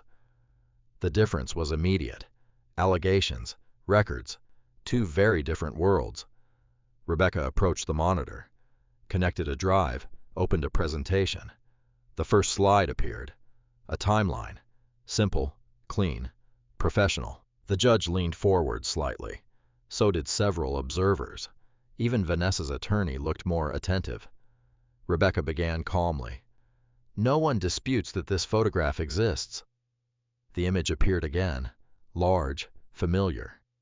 The question is whether it accurately represents what has been claimed. She clicked. The next slide appeared, a zoomed-in version, highlighted sections, annotations, technical details. The courtroom remained silent. Rebecca pointed toward the cropped area. The original timestamp is missing. Vanessa's attorney immediately objected. Rebecca responded immediately. The judge allowed her to continue. The atmosphere shifted slightly. Not dramatically, but noticeably, because the conversation had moved away from feelings, toward facts. Rebecca displayed another image, then another, then another. Different camera angles, different timestamps, different systems. The accumulation mattered. One photograph told a story. Multiple records told reality. The judge studied each carefully, taking notes, asking questions, listening. Exactly what Rebecca wanted. Around 10:15 a.m., the attorney reached the section everyone had been waiting for. The hallway footage, not the full video, not yet. Still frames first, methodical, structured. The screen displayed the west hallway, timestamp visible, Olivia Grant visible, Irvin visible. Rebecca explained the sequence. 30-second interaction. Directions given. Nothing more. Next image. Olivia leaving. Next image. Irvin alone. Next image. Ryan Whitaker entering the frame. The courtroom became noticeably quieter. Rebecca didn't need to explain why. The image spoke for itself. Ryan stood there, waiting, watching, exactly as Olivia described. The judge examined the image carefully, then looked toward Vanessa's attorney. No questions, just a look. Sometimes that was enough. Rebecca continued. Next image. Karen Monroe. Phone raised. Positioned precisely where the accusation photograph could have been captured. A faint movement passed through the courtroom. Not loud, not dramatic, just people recognizing implications. Michael Reeves shifted slightly in his seat. Karen looked downward. Vanessa remained expressionless, at least outwardly. Rebecca moved forward. No celebration, no triumph, only evidence. Then came the elevator records. The screen displayed access logs, timestamp, floor numbers, movement history. The data showed exactly what investigators already knew. Irvin entered alone, exited alone, no bartender, no affair, no secret meeting, just records, objective, unemotional, accurate. Judge Whitmore studied the screen, then reviewed several printed copies. The courtroom felt different now, not because anyone had declared victory, because uncertainty had entered the room, and uncertainty was dangerous for accusations, especially accusations built upon confidence. Rebecca returned to counsel table briefly, then stood again. "Your Honor." The judge looked up. "We would like permission to continue with the digital evidence review." Vanessa's attorney objected immediately, not aggressively, but quickly. Too quickly. The objection itself seemed revealing. The judge listened carefully, asked questions, reviewed notes, then delivered her ruling. "The court will allow preliminary review." The words landed heavily. Irvin felt it immediately. Not relief, momentum, a subtle but important difference. The evidence had crossed an invisible threshold, no longer private, no longer theoretical, now part of the official record. Rebecca thanked the court, then walked back toward the monitor. The next file waited on her laptop, prepared, organized, ready. The courtroom projector hummed softly. Everyone watched, everyone waited, because they sensed something important was coming. They just didn't know how important. Rebecca opened the next evidence folder. The file name appeared briefly on screen. Garage surveillance level B2. For the first time all morning, several people on Vanessa's side visibly stiffened. Small reactions, but real ones. Irvin noticed every single one. The judge adjusted her glasses. The monitor refreshed. The loading icon spun. Then the first frame of the parking garage footage appeared, and the room suddenly felt much smaller. The parking garage footage never played. Not immediately. Rebecca Collins surprised everyone, including Irvin. Instead of opening the garage video, she minimized the file and returned to the hallway evidence. The decision seemed strange at first. Then Irvin understood. She wasn't trying to create a dramatic moment. She was building a foundation. A courtroom wasn't a place for surprises. It was a place for structure. Evidence had to walk before it could run. Rebecca faced the judge. "Your Honor, before we discuss the garage footage, I'd like the court to see the complete hallway sequence." Judge Whitmore nodded. "Proceed." The monitor changed. A new video file appeared. West Hallway Camera Archive, timestamp verified, chain of custody documented, hotel records attached, everything properly authenticated. Rebecca pressed play. The video began. The hallway appeared on screen. Quiet, ordinary, empty. No dramatic music, no hidden narration, just reality. The timestamp moved steadily in the corner. 8:43 p.m. 8:44 p.m. Several people leaned forward in their seats. Others remained perfectly still. The courtroom had become unusually quiet, the kind of silence that appears when people realize assumptions may be tested. The footage continued. Then Irvin entered the frame. There he was, walking calmly through the hallway, exactly as the photograph suggested. For one brief moment, Vanessa's attorney appeared relieved. The image matched the accusation, at least initially. Then Olivia Grant entered, the bartender, the woman at the center of the scandal. Rebecca said nothing. She allowed the footage to speak. Olivia pointed down the corridor. Irvin nodded. A brief exchange, less than half a minute. Then Olivia left. Immediately. No hesitation, no lingering, no flirtation, no secret conversation. Nothing. The courtroom watched. Rebecca remained silent. The footage continued. Several more seconds passed. Irvin remained alone, standing by himself. The hallway completely empty. Then Ryan Whitaker appeared. Exactly as Olivia described, exactly as the still images suggested. The impact felt different in motion, much different. Still photographs created possibilities. Video created sequences, and sequences created context. Ryan wasn't walking through the corridor. He wasn't passing by. He entered, stopped, looked around, checked his phone, waited. The behavior looked deliberate, because it was deliberate. Rebecca paused the footage. The image froze. Ryan standing in the hallway, timestamp visible. The judge studied the screen, then made a note. Vanessa's attorney remained quiet. For the first time that morning, he looked uncertain. Not defeated, just uncertain. Rebecca resumed the video. The sequence continued. Several seconds later, another figure appeared. Karen Monroe, blue dress, phone in hand. She moved into position, raised the phone, and pointed it directly toward the corridor. The courtroom remained silent. Nobody needed an explanation. The implication was obvious. This was where the accusation photograph originated. This was the moment. This was the setup. Rebecca paused again, then displayed the original photograph beside the video frame, side by side. The comparison was devastating. Same angle, same lighting, same hallway, same position. The courtroom could see it immediately.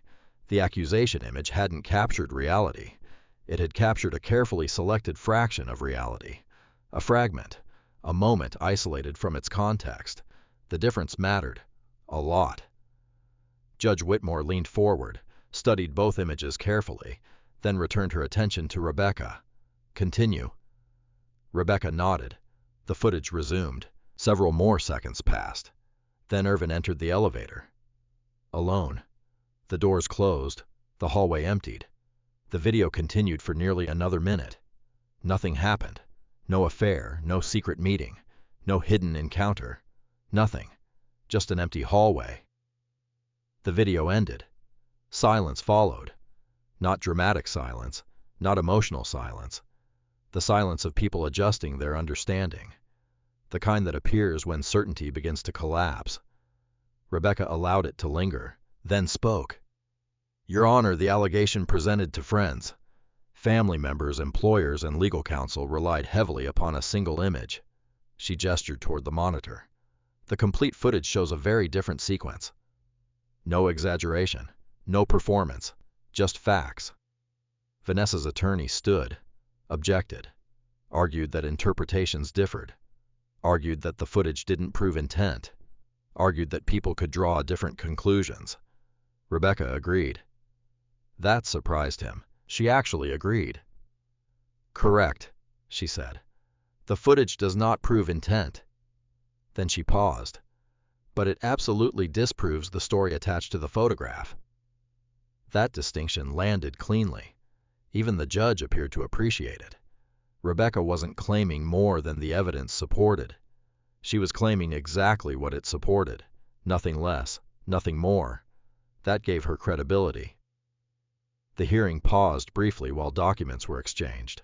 During the break, Irvin looked toward the gallery. Several familiar faces sat there. Friends, former friends, acquaintances, people from the charity circle, people who had heard the accusations, people who had believed them. Michael Reeves sat rigidly in the second row. Karen Monroe stared downward. A man from Vanessa's nonprofit board looked visibly uncomfortable. The room felt different now. The social momentum had shifted, not completely, but noticeably. For weeks, everyone had operated from one assumption. Irvin cheated. Now that assumption had a problem. Evidence. And evidence was stubborn. The hearing resumed. Rebecca introduced additional records, elevator logs, keycard reports, system timestamps. Every source pointed toward the same conclusion. The consistency became impossible to ignore. One system could fail. Multiple systems agreeing became difficult to explain away. The judge spent considerable time reviewing the records. Questions followed. Precise questions. Good questions. Rebecca answered each carefully, methodically. Vanessa's attorney tried challenging chain of custody. Rebecca produced documentation. He questioned timing. Rebecca produced timestamps. He questioned reliability. Rebecca produced independent confirmations. Every challenge met preparation. Every objection met records. The process felt strangely familiar to Irvin, not because he understood courtroom strategy, because he understood investigations. And this looked exactly like one. A system, a sequence, a reconstruction. Near noon, the judge requested a short recess. Everyone stood. People stretched. Attorneys conferred quietly. The atmosphere felt tense, but no longer one-sided. Rebecca gathered several documents into a separate folder, a folder she had not yet opened. Irvin noticed immediately. Garage footage. Rebecca nodded. Garage footage. For several seconds, neither spoke. Then Rebecca said something interesting. The hallway evidence cleared you. Irvin looked at her. And the garage footage. Rebecca closed the folder. That does something else. The recess ended 10 minutes later. Everyone returned to their seats. The judge resumed proceedings. The courtroom settled. Rebecca stood. The folder remained in her hands. The same folder. The garage footage folder. The atmosphere changed instantly. Even before anyone spoke. Vanessa remained composed, at least outwardly. Charles Bennett wasn't present, but his name now existed inside multiple exhibits, multiple records, multiple timelines. Rebecca approached the monitor once more. The courtroom watched. The judge watched. Vanessa's attorney watched. Everyone understood they were about to see the next piece, the next sequence, the next truth. Rebecca connected another drive, opened another file, then turned toward the bench. Your Honor, the respondent requests permission to introduce evidence regarding events occurring at parking level B2. The judge nodded. Granted. Rebecca clicked the file. The loading icon appeared. Several seconds passed. Nobody moved. Nobody spoke. The screen refreshed. The first frame appeared. Concrete walls, parking spaces, a black Cadillac Escalade, and standing beside it, Vanessa Patterson. Nobody looked at Irvin anymore. Not at first. Every eye in the courtroom fixed itself on the monitor. Vanessa Patterson stood frozen on the screen beside a black Cadillac Escalade. Timestamp visible, location visible, date visible. Nothing hidden, nothing cropped, nothing left to imagination. Rebecca Collins pressed play.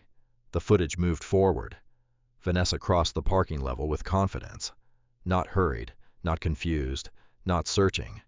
She knew exactly where she was going. The distinction mattered. The accusation against Irvin depended heavily on timing.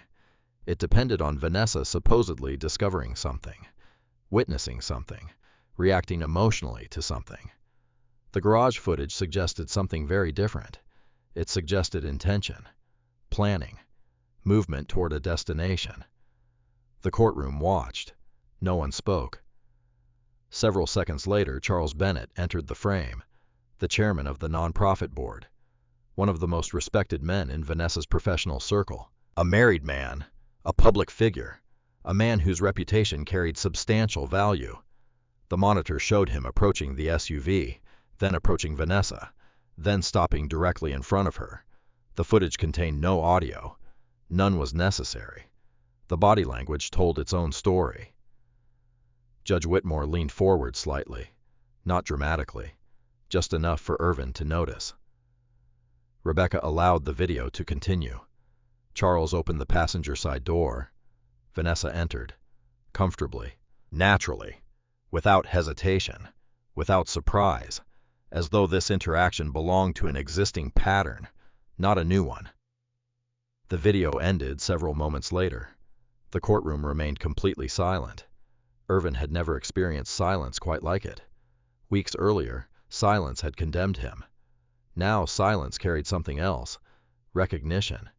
People were seeing the same thing simultaneously, and they were reaching conclusions simultaneously, not because Rebecca told them what to think, because the footage existed, because reality existed, because timestamps existed. Facts have a peculiar effect. They remove options. Rebecca spoke calmly. Your Honor, we'd now like to introduce supporting records. The judge nodded. Proceed. The next exhibit appeared. Valet documentation, electronic logs, vehicle identification records, entry timestamps, exit timestamps. The information wasn't exciting. It wasn't emotional. Most juries would probably find it boring. But lawyers loved boring evidence, because boring evidence tended to be reliable. Rebecca highlighted several entries. The Escalade entered. The Escalade exited. The timestamps matched the surveillance footage precisely. Independent system. Same conclusion. Then came another layer. Keycard records, hotel access logs, Vanessa's credentials, movement data. Again, the timestamps aligned. Again, the systems agreed. Again, the narrative grew stronger. The courtroom atmosphere shifted noticeably. Not dramatically, gradually, like a tide changing direction. People who had entered the room expecting confirmation of one story now faced a different one, a much different one. Irvin looked toward the gallery. Several familiar faces sat motionless. Michael Reeves no longer appeared confident. Karen Monroe stared at the floor. A woman from the charity board folded her arms tightly across her chest. No one whispered. No one exchanged comments. The evidence had made conversation difficult. Judge Whitmore reviewed the documents carefully, then looked toward Vanessa's attorney. The attorney stood. He attempted a response. To his credit, he tried. He argued that Vanessa's presence in the garage did not automatically prove misconduct. True. Rebecca agreed immediately.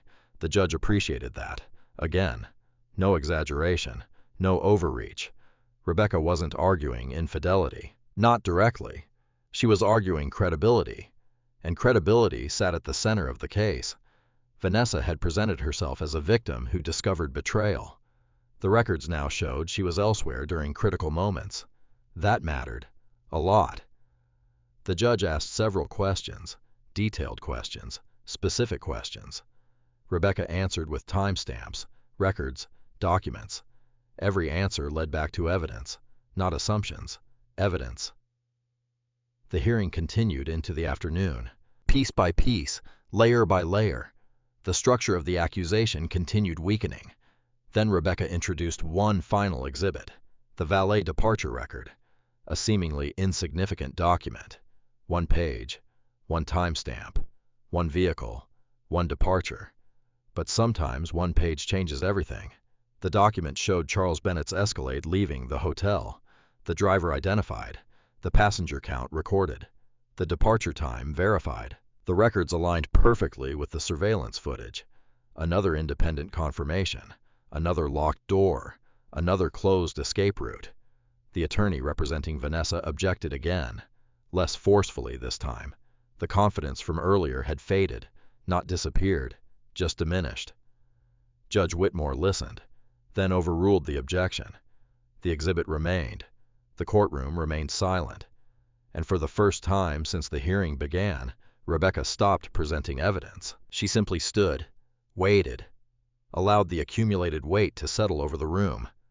That strategy proved remarkably effective, because once people saw the complete timeline, they no longer needed persuasion. They needed time, time to absorb, time to adjust, time to recognize what had happened. Weeks of assumptions were collapsing. Publicly, methodically. Irvin noticed Ethan Caldwell sitting near the back row.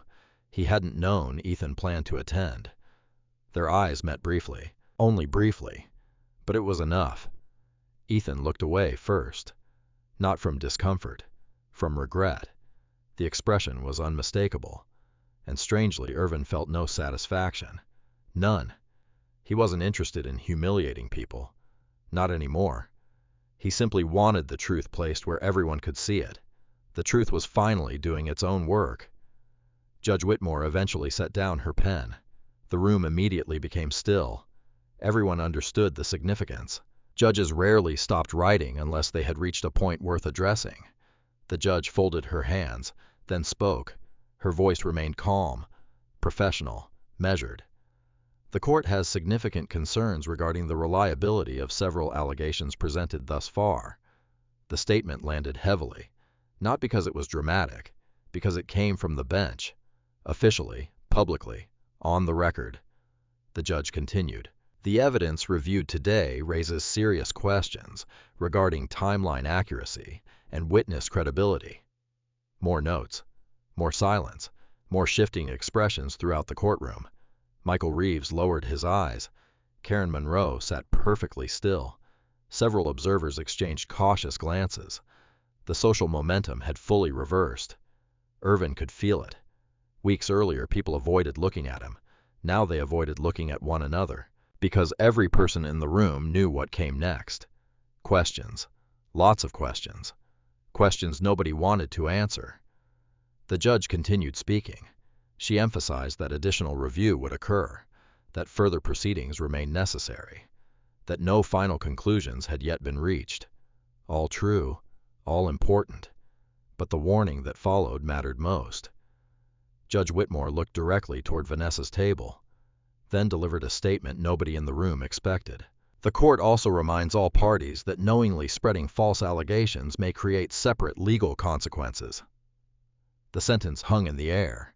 Separate legal consequences. Nobody misunderstood what it meant. Nobody needed clarification. The message had been delivered, clearly, professionally, precisely. The hearing concluded shortly afterward. People began standing, gathering documents, collecting bags, quietly preparing to leave. The energy inside the courtroom felt completely different than it had that morning. Not louder, quieter, much quieter. Irvin remained seated for several moments, watching, observing. The same habit that had served him throughout the entire ordeal.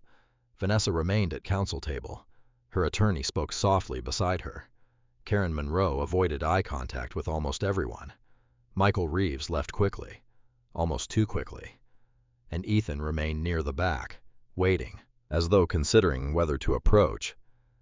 Eventually, Rebecca placed a hand on Irvin's shoulder. "We should go." He nodded. Together they exited the courtroom. The hallway outside felt brighter, larger, less confined. People moved around them carrying files and briefcases. Ordinary courthouse activity. Yet everything felt different. Not because the battle was over. It wasn't. Not even close. Because for the first time since the photographs appeared, the truth had entered the room. Officially, publicly, permanently. As they reached the courthouse exit, Rebecca's phone vibrated. She checked the screen, then stopped walking. That reaction immediately caught Irvin's attention. "What happened?" Rebecca looked up. The expression on her face suggested another development, another consequence, another domino falling somewhere beyond the courtroom. "The nonprofit board just scheduled an emergency meeting." Irvin waited. Rebecca glanced back toward the courthouse, then at the notification again. "They've placed Charles Bennett under internal review." Consequences did not arrive all at once. They arrived quietly. One phone call, one resignation, one unanswered email, one uncomfortable meeting. The dramatic part had happened inside the courtroom. What followed was slower, more practical, and in many ways more damaging. 3 days after the hearing, Charles Bennett resigned as chairman of the nonprofit board. The announcement appeared in a brief statement distributed to board members. No public explanation, no detailed justification, just a resignation. Professional, clean, controlled, at least on the surface. Irvin learned about it from Rebecca. The attorney forwarded the statement with a single message. First domino. Irvin read the announcement twice, then closed the email. No celebration, no satisfaction, only confirmation. The evidence had begun moving beyond the courtroom, exactly as Rebecca predicted. The following week, additional developments appeared. The nonprofit launched an internal review. Again, not public, not yet, internal. Board members wanted answers. Donors wanted answers. People responsible for large amounts of money generally disliked uncertainty. And uncertainty now surrounded several important people, Vanessa included. Irvin spent most of those days working, not because life had returned to normal, because routine helped. Routine created structure. Structure prevented obsession. During the worst weeks of the accusation, he had barely thought about anything except evidence. Now he forced himself back into ordinary habits. Morning coffee, work reports, client inspections, equipment audits, simple things, reliable things. The return to work felt especially significant. The anonymous complaint submitted to Twin Cities SecureTech had collapsed completely. Human Resources conducted its review. The complaint contained no evidence, no witnesses, no documentation, only rumors. Rumors didn't survive long under scrutiny, especially after courtroom records became available. Greg Lawson called him personally. The conversation lasted less than 5 minutes. Everything's closed. Irvin sat quietly at his desk. Officially. Officially. A pause followed. Then Greg continued. Never should have happened. The apology sounded genuine. That mattered. Not because it erased anything, because genuine apologies were becoming rare. Irvin accepted it, then returned to work. Another domino, another consequence. A week later, Rebecca requested a meeting. Her office looked exactly as it always did. Organized, efficient, no wasted space, no wasted energy. She placed several folders on the conference table. Good news. Irvin sat down. What kind? The useful kind. Rebecca opened the first folder. Defamation documentation, witness statements, communication records, screenshots, timeline summaries, everything connected to the public accusations, everything connected to the reputational damage. The collection looked substantial, because it was. Weeks of allegations had created a large paper trail, and paper trails often become evidence.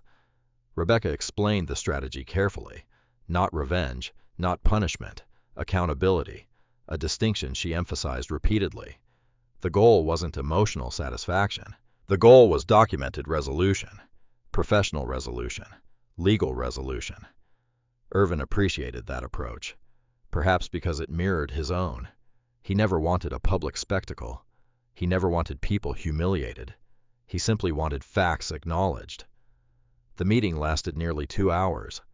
When it ended, Rebecca had assembled one of the strongest files Irvin had seen, not because it contained dramatic revelations, because it contained consistency. Consistency wins arguments. Consistency wins cases. The truth had become remarkably consistent. Outside Rebecca's office, autumn had arrived. The air felt colder. Trees along downtown Minneapolis streets had begun changing color. Life continued, as it always did, even during conflict, even after betrayal, even after lies. Around that same time, another development emerged. Ryan Whitaker, Vanessa's brother, the man from the hallway footage, the man standing near the service corridor, the man who advised Irvin to leave quietly. His role was becoming increasingly difficult to explain. Several records now placed him near key moments. Several witnesses remembered his presence. Several timelines included his movements. Nothing criminal, not directly, but enough to raise questions. Many questions. Questions Ryan seemed unwilling to answer. Rebecca received formal notice that Ryan intended to limit his participation in future proceedings. That decision surprised nobody. Not anymore. The evidence surrounding him had grown uncomfortable. Very uncomfortable. Another domino. Then came something unexpected. A package arrived at the motel. No return address, no note, just a box. Inside sat copies of Charity Committee communications, printed emails, meeting notes, internal messages. Someone had clearly decided to cooperate anonymously. Rebecca reviewed everything carefully. Most of it contained little value, but several documents revealed something important. The accusation against Irvin had circulated much earlier than people admitted. Days earlier, perhaps longer. The narrative had been prepared before it became public. Another pattern, another confirmation, another indication that nothing about the situation had been spontaneous. The file joined the growing evidence archive. Meanwhile, Vanessa remained largely silent. Publicly, at least. The social media posts stopped. The group chat discussions disappeared. The supportive messages from friends became noticeably less frequent. Momentum had shifted. People rarely enjoyed standing near collapsing stories, especially when evidence existed. The social circle that once rallied around Vanessa suddenly became quieter, more cautious, more selective. Irvin noticed, but he didn't comment. There was no point. Human behavior explained itself. Then, one Thursday evening, his phone began ringing. The first call arrived at 6:12 p.m. Vanessa. Irvin stared at the screen, then ignored it. A minute later, another call, then another, then another. The pattern continued. He placed the phone face down on the motel desk and returned to reviewing work reports. The calls continued anyway. By 8 o'clock, the count reached 11. By 9 o'clock 16. By 10 o'clock 23. 23 missed calls, all from Vanessa. The number felt oddly symbolic. Weeks earlier, she hadn't wanted conversation. Weeks earlier, communication happened through attorneys, through accusations, through legal filings. Now suddenly she wanted contact. The timing interested him, more than the calls themselves, because timing always mattered.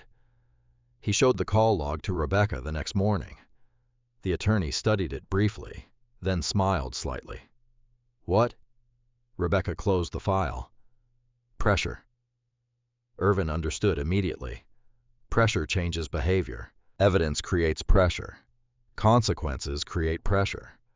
People who feel secure rarely make 23 unanswered calls in one evening. The pattern suggested concern, perhaps fear, perhaps desperation, perhaps something else. Whatever the reason, Rebecca advised caution. Don't answer. I wasn't planning to. Good. She leaned back in her chair. If she wants communication, she has attorneys. The advice made sense. Everything now belonged inside formal channels. The situation had progressed beyond personal conversations, far beyond them. As the days passed, the calls stopped, but other developments continued. Board investigations expanded. Additional records surfaced. Witnesses became more cooperative. Questions became harder to avoid. And through it all, Irvin maintained the same approach. Work, evidence, patience, routine.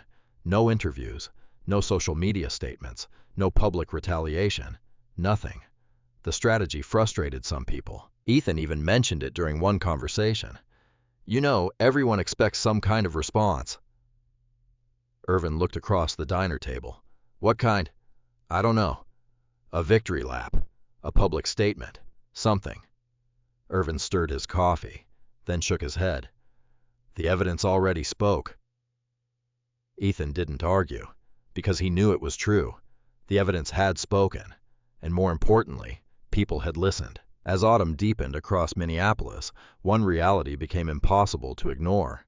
The accusation that nearly destroyed Irvin Patterson had collapsed, not through shouting, not through revenge, not through public warfare, through records, through patience, through facts, exactly the way he always hoped it would. But one final step still remained, one final meeting, one final set of papers, one final conversation that could not be avoided forever. Because regardless of everything else, the marriage itself still needed an ending, and Rebecca Collins had just scheduled it. The final meeting took place on a Wednesday afternoon, not in a courtroom, not in a restaurant, not in the house where Irvin Patterson and Vanessa had spent 8 years building a marriage. It happened inside Rebecca Collins' conference room. Neutral ground, professional ground, the kind of place where emotions carried less weight than documents. Outside Minneapolis sat beneath a gray October sky. Rain tapped softly against the office windows. Traffic moved slowly below. Inside, everything felt still. Rebecca had prepared the room carefully. 3 chairs, several folders, a stack of legal documents. Nothing unnecessary, nothing distracting. Irvin arrived 20 minutes early, not because he felt nervous, because punctuality had always been his habit. He sat quietly at the conference table. A legal folder rested in front of him. Inside were copies of the timeline, the photographs, the surveillance records, the valet logs, the courtroom exhibits, months of evidence compressed into paper, the entire collapse of a lie contained within a few inches of documents. Rebecca entered carrying coffee. She placed a cup beside him. Neither spoke immediately. There wasn't much left to say. The evidence had already said most of it. At exactly 2 o'clock, Vanessa arrived with her attorney. For the first time in months, Irvin saw her from less than 10 feet away. The experience felt strangely distant, like looking at someone he once knew, not someone he knew now. Vanessa appeared tired, not dramatically, not visibly broken, simply tired, the kind of fatigue that accumulates when pressure lasts too long. Irvin noticed the details automatically, a habit he could never seem to stop, the slightly slower movements, the tension around her eyes, the careful way she avoided looking directly at him. Observations. Nothing more. Rebecca opened the meeting. Professional, efficient, straight to business. The attorneys reviewed the settlement framework, asset division, property distribution, financial responsibilities, everything discussed calmly, methodically. The conversation remained surprisingly civil, perhaps because there wasn't much left to argue about. The evidence had narrowed the available positions, reduced uncertainty, reduced leverage, reduced options. Facts often do that. For nearly 40 minutes, the discussion focused entirely on legal matters, numbers, deadlines, paperwork. Then something changed. A pause appeared in the conversation, a small one, but noticeable. Vanessa finally looked across the table, toward Irvin, the first direct eye contact of the afternoon. Several seconds passed. Then she spoke, not to Rebecca, not to her attorney, to him. "I never thought things would go this far." The room became very quiet. Rebecca remained silent, allowing the moment to exist. Irvin considered the statement, carefully, then answered. They didn't have to. No anger, no accusation, just a fact. Vanessa looked down briefly, then back up. "I wasn't trying to destroy your life." The statement hung in the room. Irvin listened, but said nothing, because explanations interested him less than they once did. People often explain themselves after consequences arrive. The explanations rarely change what happened. Vanessa continued. "It got bigger than I expected." Again, Irvin remained silent, not because he wanted to punish her, because he no longer needed answers. The investigation had already provided them. The timeline had already provided them. The evidence had already provided them. Rebecca gently redirected the meeting back toward legal matters. The discussion continued. More documents, more signatures, more final details. Then another pause appeared, this one longer, more significant. Vanessa's attorney stepped out briefly to take a call. Rebecca used the opportunity to organize paperwork. For several moments, only Irvin and Vanessa sat across from one another. No courtroom, no audience, no social circle, no photographs, just two people and the consequences of their choices. Vanessa looked toward the folder resting in front of him. The timeline. Irvin glanced down, then nodded. The timeline. A faint smile appeared on her face. Not happiness, recognition. "You're really the only person I know who would build a timeline."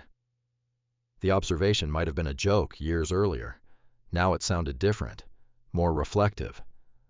Irvin looked at the documents. The timeline mattered. Vanessa nodded slowly, because she knew it was true. The timeline mattered. The timestamps mattered. The records mattered. Everything she thought nobody would notice had eventually been noticed, not by luck, by patience. Several seconds passed. Then Vanessa asked the question Irvin suspected she had wanted to ask for months. "When did you know?" He considered it. The answer wasn't obvious. Not exactly. Then he remembered. The photograph. Vanessa looked confused. "What about it?" "The timestamp was missing." The room became silent again. Vanessa stared at him, not speaking, not moving. For a brief moment, something almost resembling disbelief crossed her face, as if she had expected a more complicated answer, a dramatic breakthrough, a secret witness, some extraordinary discovery. Instead, it began with a missing timestamp. One small detail, one cropped corner, one mistake. Irvin continued. "That's when I knew something wasn't right. Nothing more needed to be said. The truth often begins that way, not with giant revelations, with small inconsistencies, tiny cracks, details people assume nobody will notice." Rebecca returned to the table. The moment ended. The paperwork resumed. 45 minutes later, the final agreement sat complete. Property division finalized. Financial matters resolved. Legal language approved. Everything ready. Only signatures remained. Rebecca placed the documents in front of both parties. The room felt unusually quiet. Even the rain outside seemed softer. Irvin picked up the pen first, not because he felt eager, because he felt ready. There was a difference. He signed carefully. One page, then another, then another. Years of marriage ending through a series of signatures. No speeches, no dramatic confrontation, just paperwork. Real life often works that way. Vanessa signed next. The process took only minutes, much less time than the conflict itself.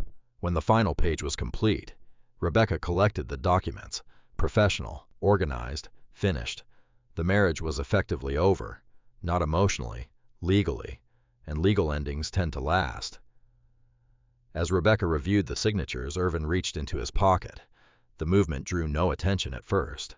Then he placed something on the table, a simple gold wedding ring. The ring rested beside the signed agreement.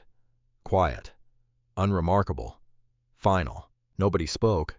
Nobody needed to. The symbolism was obvious. Years earlier, that ring represented promises. Now it represented closure. Nothing more, nothing less. Rebecca placed the signed documents into a file box. The sound of the lid closing echoed softly through the room. A small sound, but meaningful. One chapter ending, another beginning. The meeting concluded moments later. People stood, collected belongings, prepared to leave. No one shook hands, no one argued, no one raised their voice. The conflict that had consumed months of their lives ended with silence. As Irvin reached the door, Rebecca's assistant entered, carrying several envelopes. Routine deliveries, nothing unusual.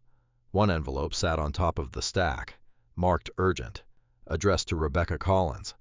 The attorney glanced at the return information, then paused, only briefly, but long enough. Irvin noticed. "What is it?" Rebecca looked at the envelope, then at him. "The non-profit board." Her expression changed slightly. Curiosity, surprise, perhaps both. She opened the envelope, read the first page, then looked up. "They've completed their investigation." 6 months later, Irvin Patterson stood on a wooden porch overlooking Minnehaha Creek. The sun had not fully risen yet. Morning mist drifted above the water. The neighborhood remained quiet. Only the distant sound of birds interrupted the silence. A ceramic coffee mug rested in his hand. For the first time in a long time, there was nowhere he needed to be. No court hearing, no attorney meeting, no evidence review, no accusations waiting on the other side of a phone call. Just morning, simple, ordinary, peaceful. The small house behind him wasn't impressive. 2 bedrooms, a detached garage, a narrow backyard, nothing anyone would feature in a luxury magazine. Irvin liked it immediately when he saw it, perhaps because nobody would ever mistake it for a status symbol. The place felt honest, and after everything that had happened, honesty carried unusual value. Inside the garage sat the beginning of his new business, Patterson Security Consulting. The company started small, very small. A folding desk, 2 laptops, a printer, a handful of local clients. But it was his, entirely his. The idea had formed during those long weeks in the motel, back when every day revolved around timelines and surveillance records. He knew security systems. He understood investigations. He understood evidence. Eventually, people started asking for help. Then referrals appeared. Then contracts. 1 project became 3. 3 became 7. The business grew slowly, steadily, the way durable things usually do. A movement near the driveway pulled him from his thoughts. A pickup truck rolled to a stop. Irvin recognized it immediately. Ethan Caldwell. The truck door opened. Ethan climbed out, holding a paper bag from a local bakery. Some habits never changed. The 2 men had spoken several times since the divorce became final. Not frequently, not deeply, but occasionally. Enough to rebuild communication. Not enough to erase everything. Ethan approached the porch. "Morning." "Morning." He handed over the bag. Blueberry muffins, the same kind they used to buy during community college. Another old habit. They sat quietly for several moments, watching the creek, watching the sunrise. No rush to fill the silence. Some friendships work that way. Eventually, Ethan spoke. "I've been meaning to say something." Irvin already knew where the conversation was heading, not because he was especially perceptive, because certain conversations become inevitable. Ethan stared toward the water, then continued. I should have trusted you sooner. The statement arrived without excuses, without qualifications, without conditions. Just honesty. Irvin appreciated that, more than elaborate explanations. Ethan continued. I knew who you were. His voice remained calm, and I still doubted. The admission clearly cost him something. That mattered. People rarely enjoy confronting their failures, especially moral ones. Several seconds passed. Then Irvin nodded. I know. Nothing more. No lecture, no punishment, no attempt to maximize guilt. Just acknowledgement. Ethan looked relieved. Not forgiven completely, but heard. There was a difference. The friendship never returned to what it once was. Some things don't. Trust often rebuilds differently than before, smaller, stronger, more realistic. Irvin accepted that. Life rarely restores things exactly as they were. Sometimes it creates something new instead. After Ethan left, the morning continued quietly. Work calls, client emails, routine tasks, the kind of normal life that once felt impossible. Later that afternoon, Rebecca Collins called. The attorney sounded more relaxed than usual, almost cheerful, a rare occurrence. Got a minute? Sure. I thought you'd want an update. Irvin sat down at his desk. What kind of update? The nonprofit board. That chapter felt distant now, almost like something from another life, yet consequences continued moving. Slowly, methodically, Rebecca explained. The investigation had concluded months earlier. Charles Bennett formally resigned from all leadership positions. Several board policies were rewritten. Internal compliance procedures changed. Multiple individuals received disciplinary findings. Not criminal, not sensational, just accountability. The sort that arrives through administrative systems rather than headlines. What about Vanessa? The question left his mouth before he thought about it. Rebecca paused briefly, then answered. She's no longer employed there. Irvin nodded. The information produced surprisingly little reaction. No satisfaction, no anger, nothing. Because by then he understood something important.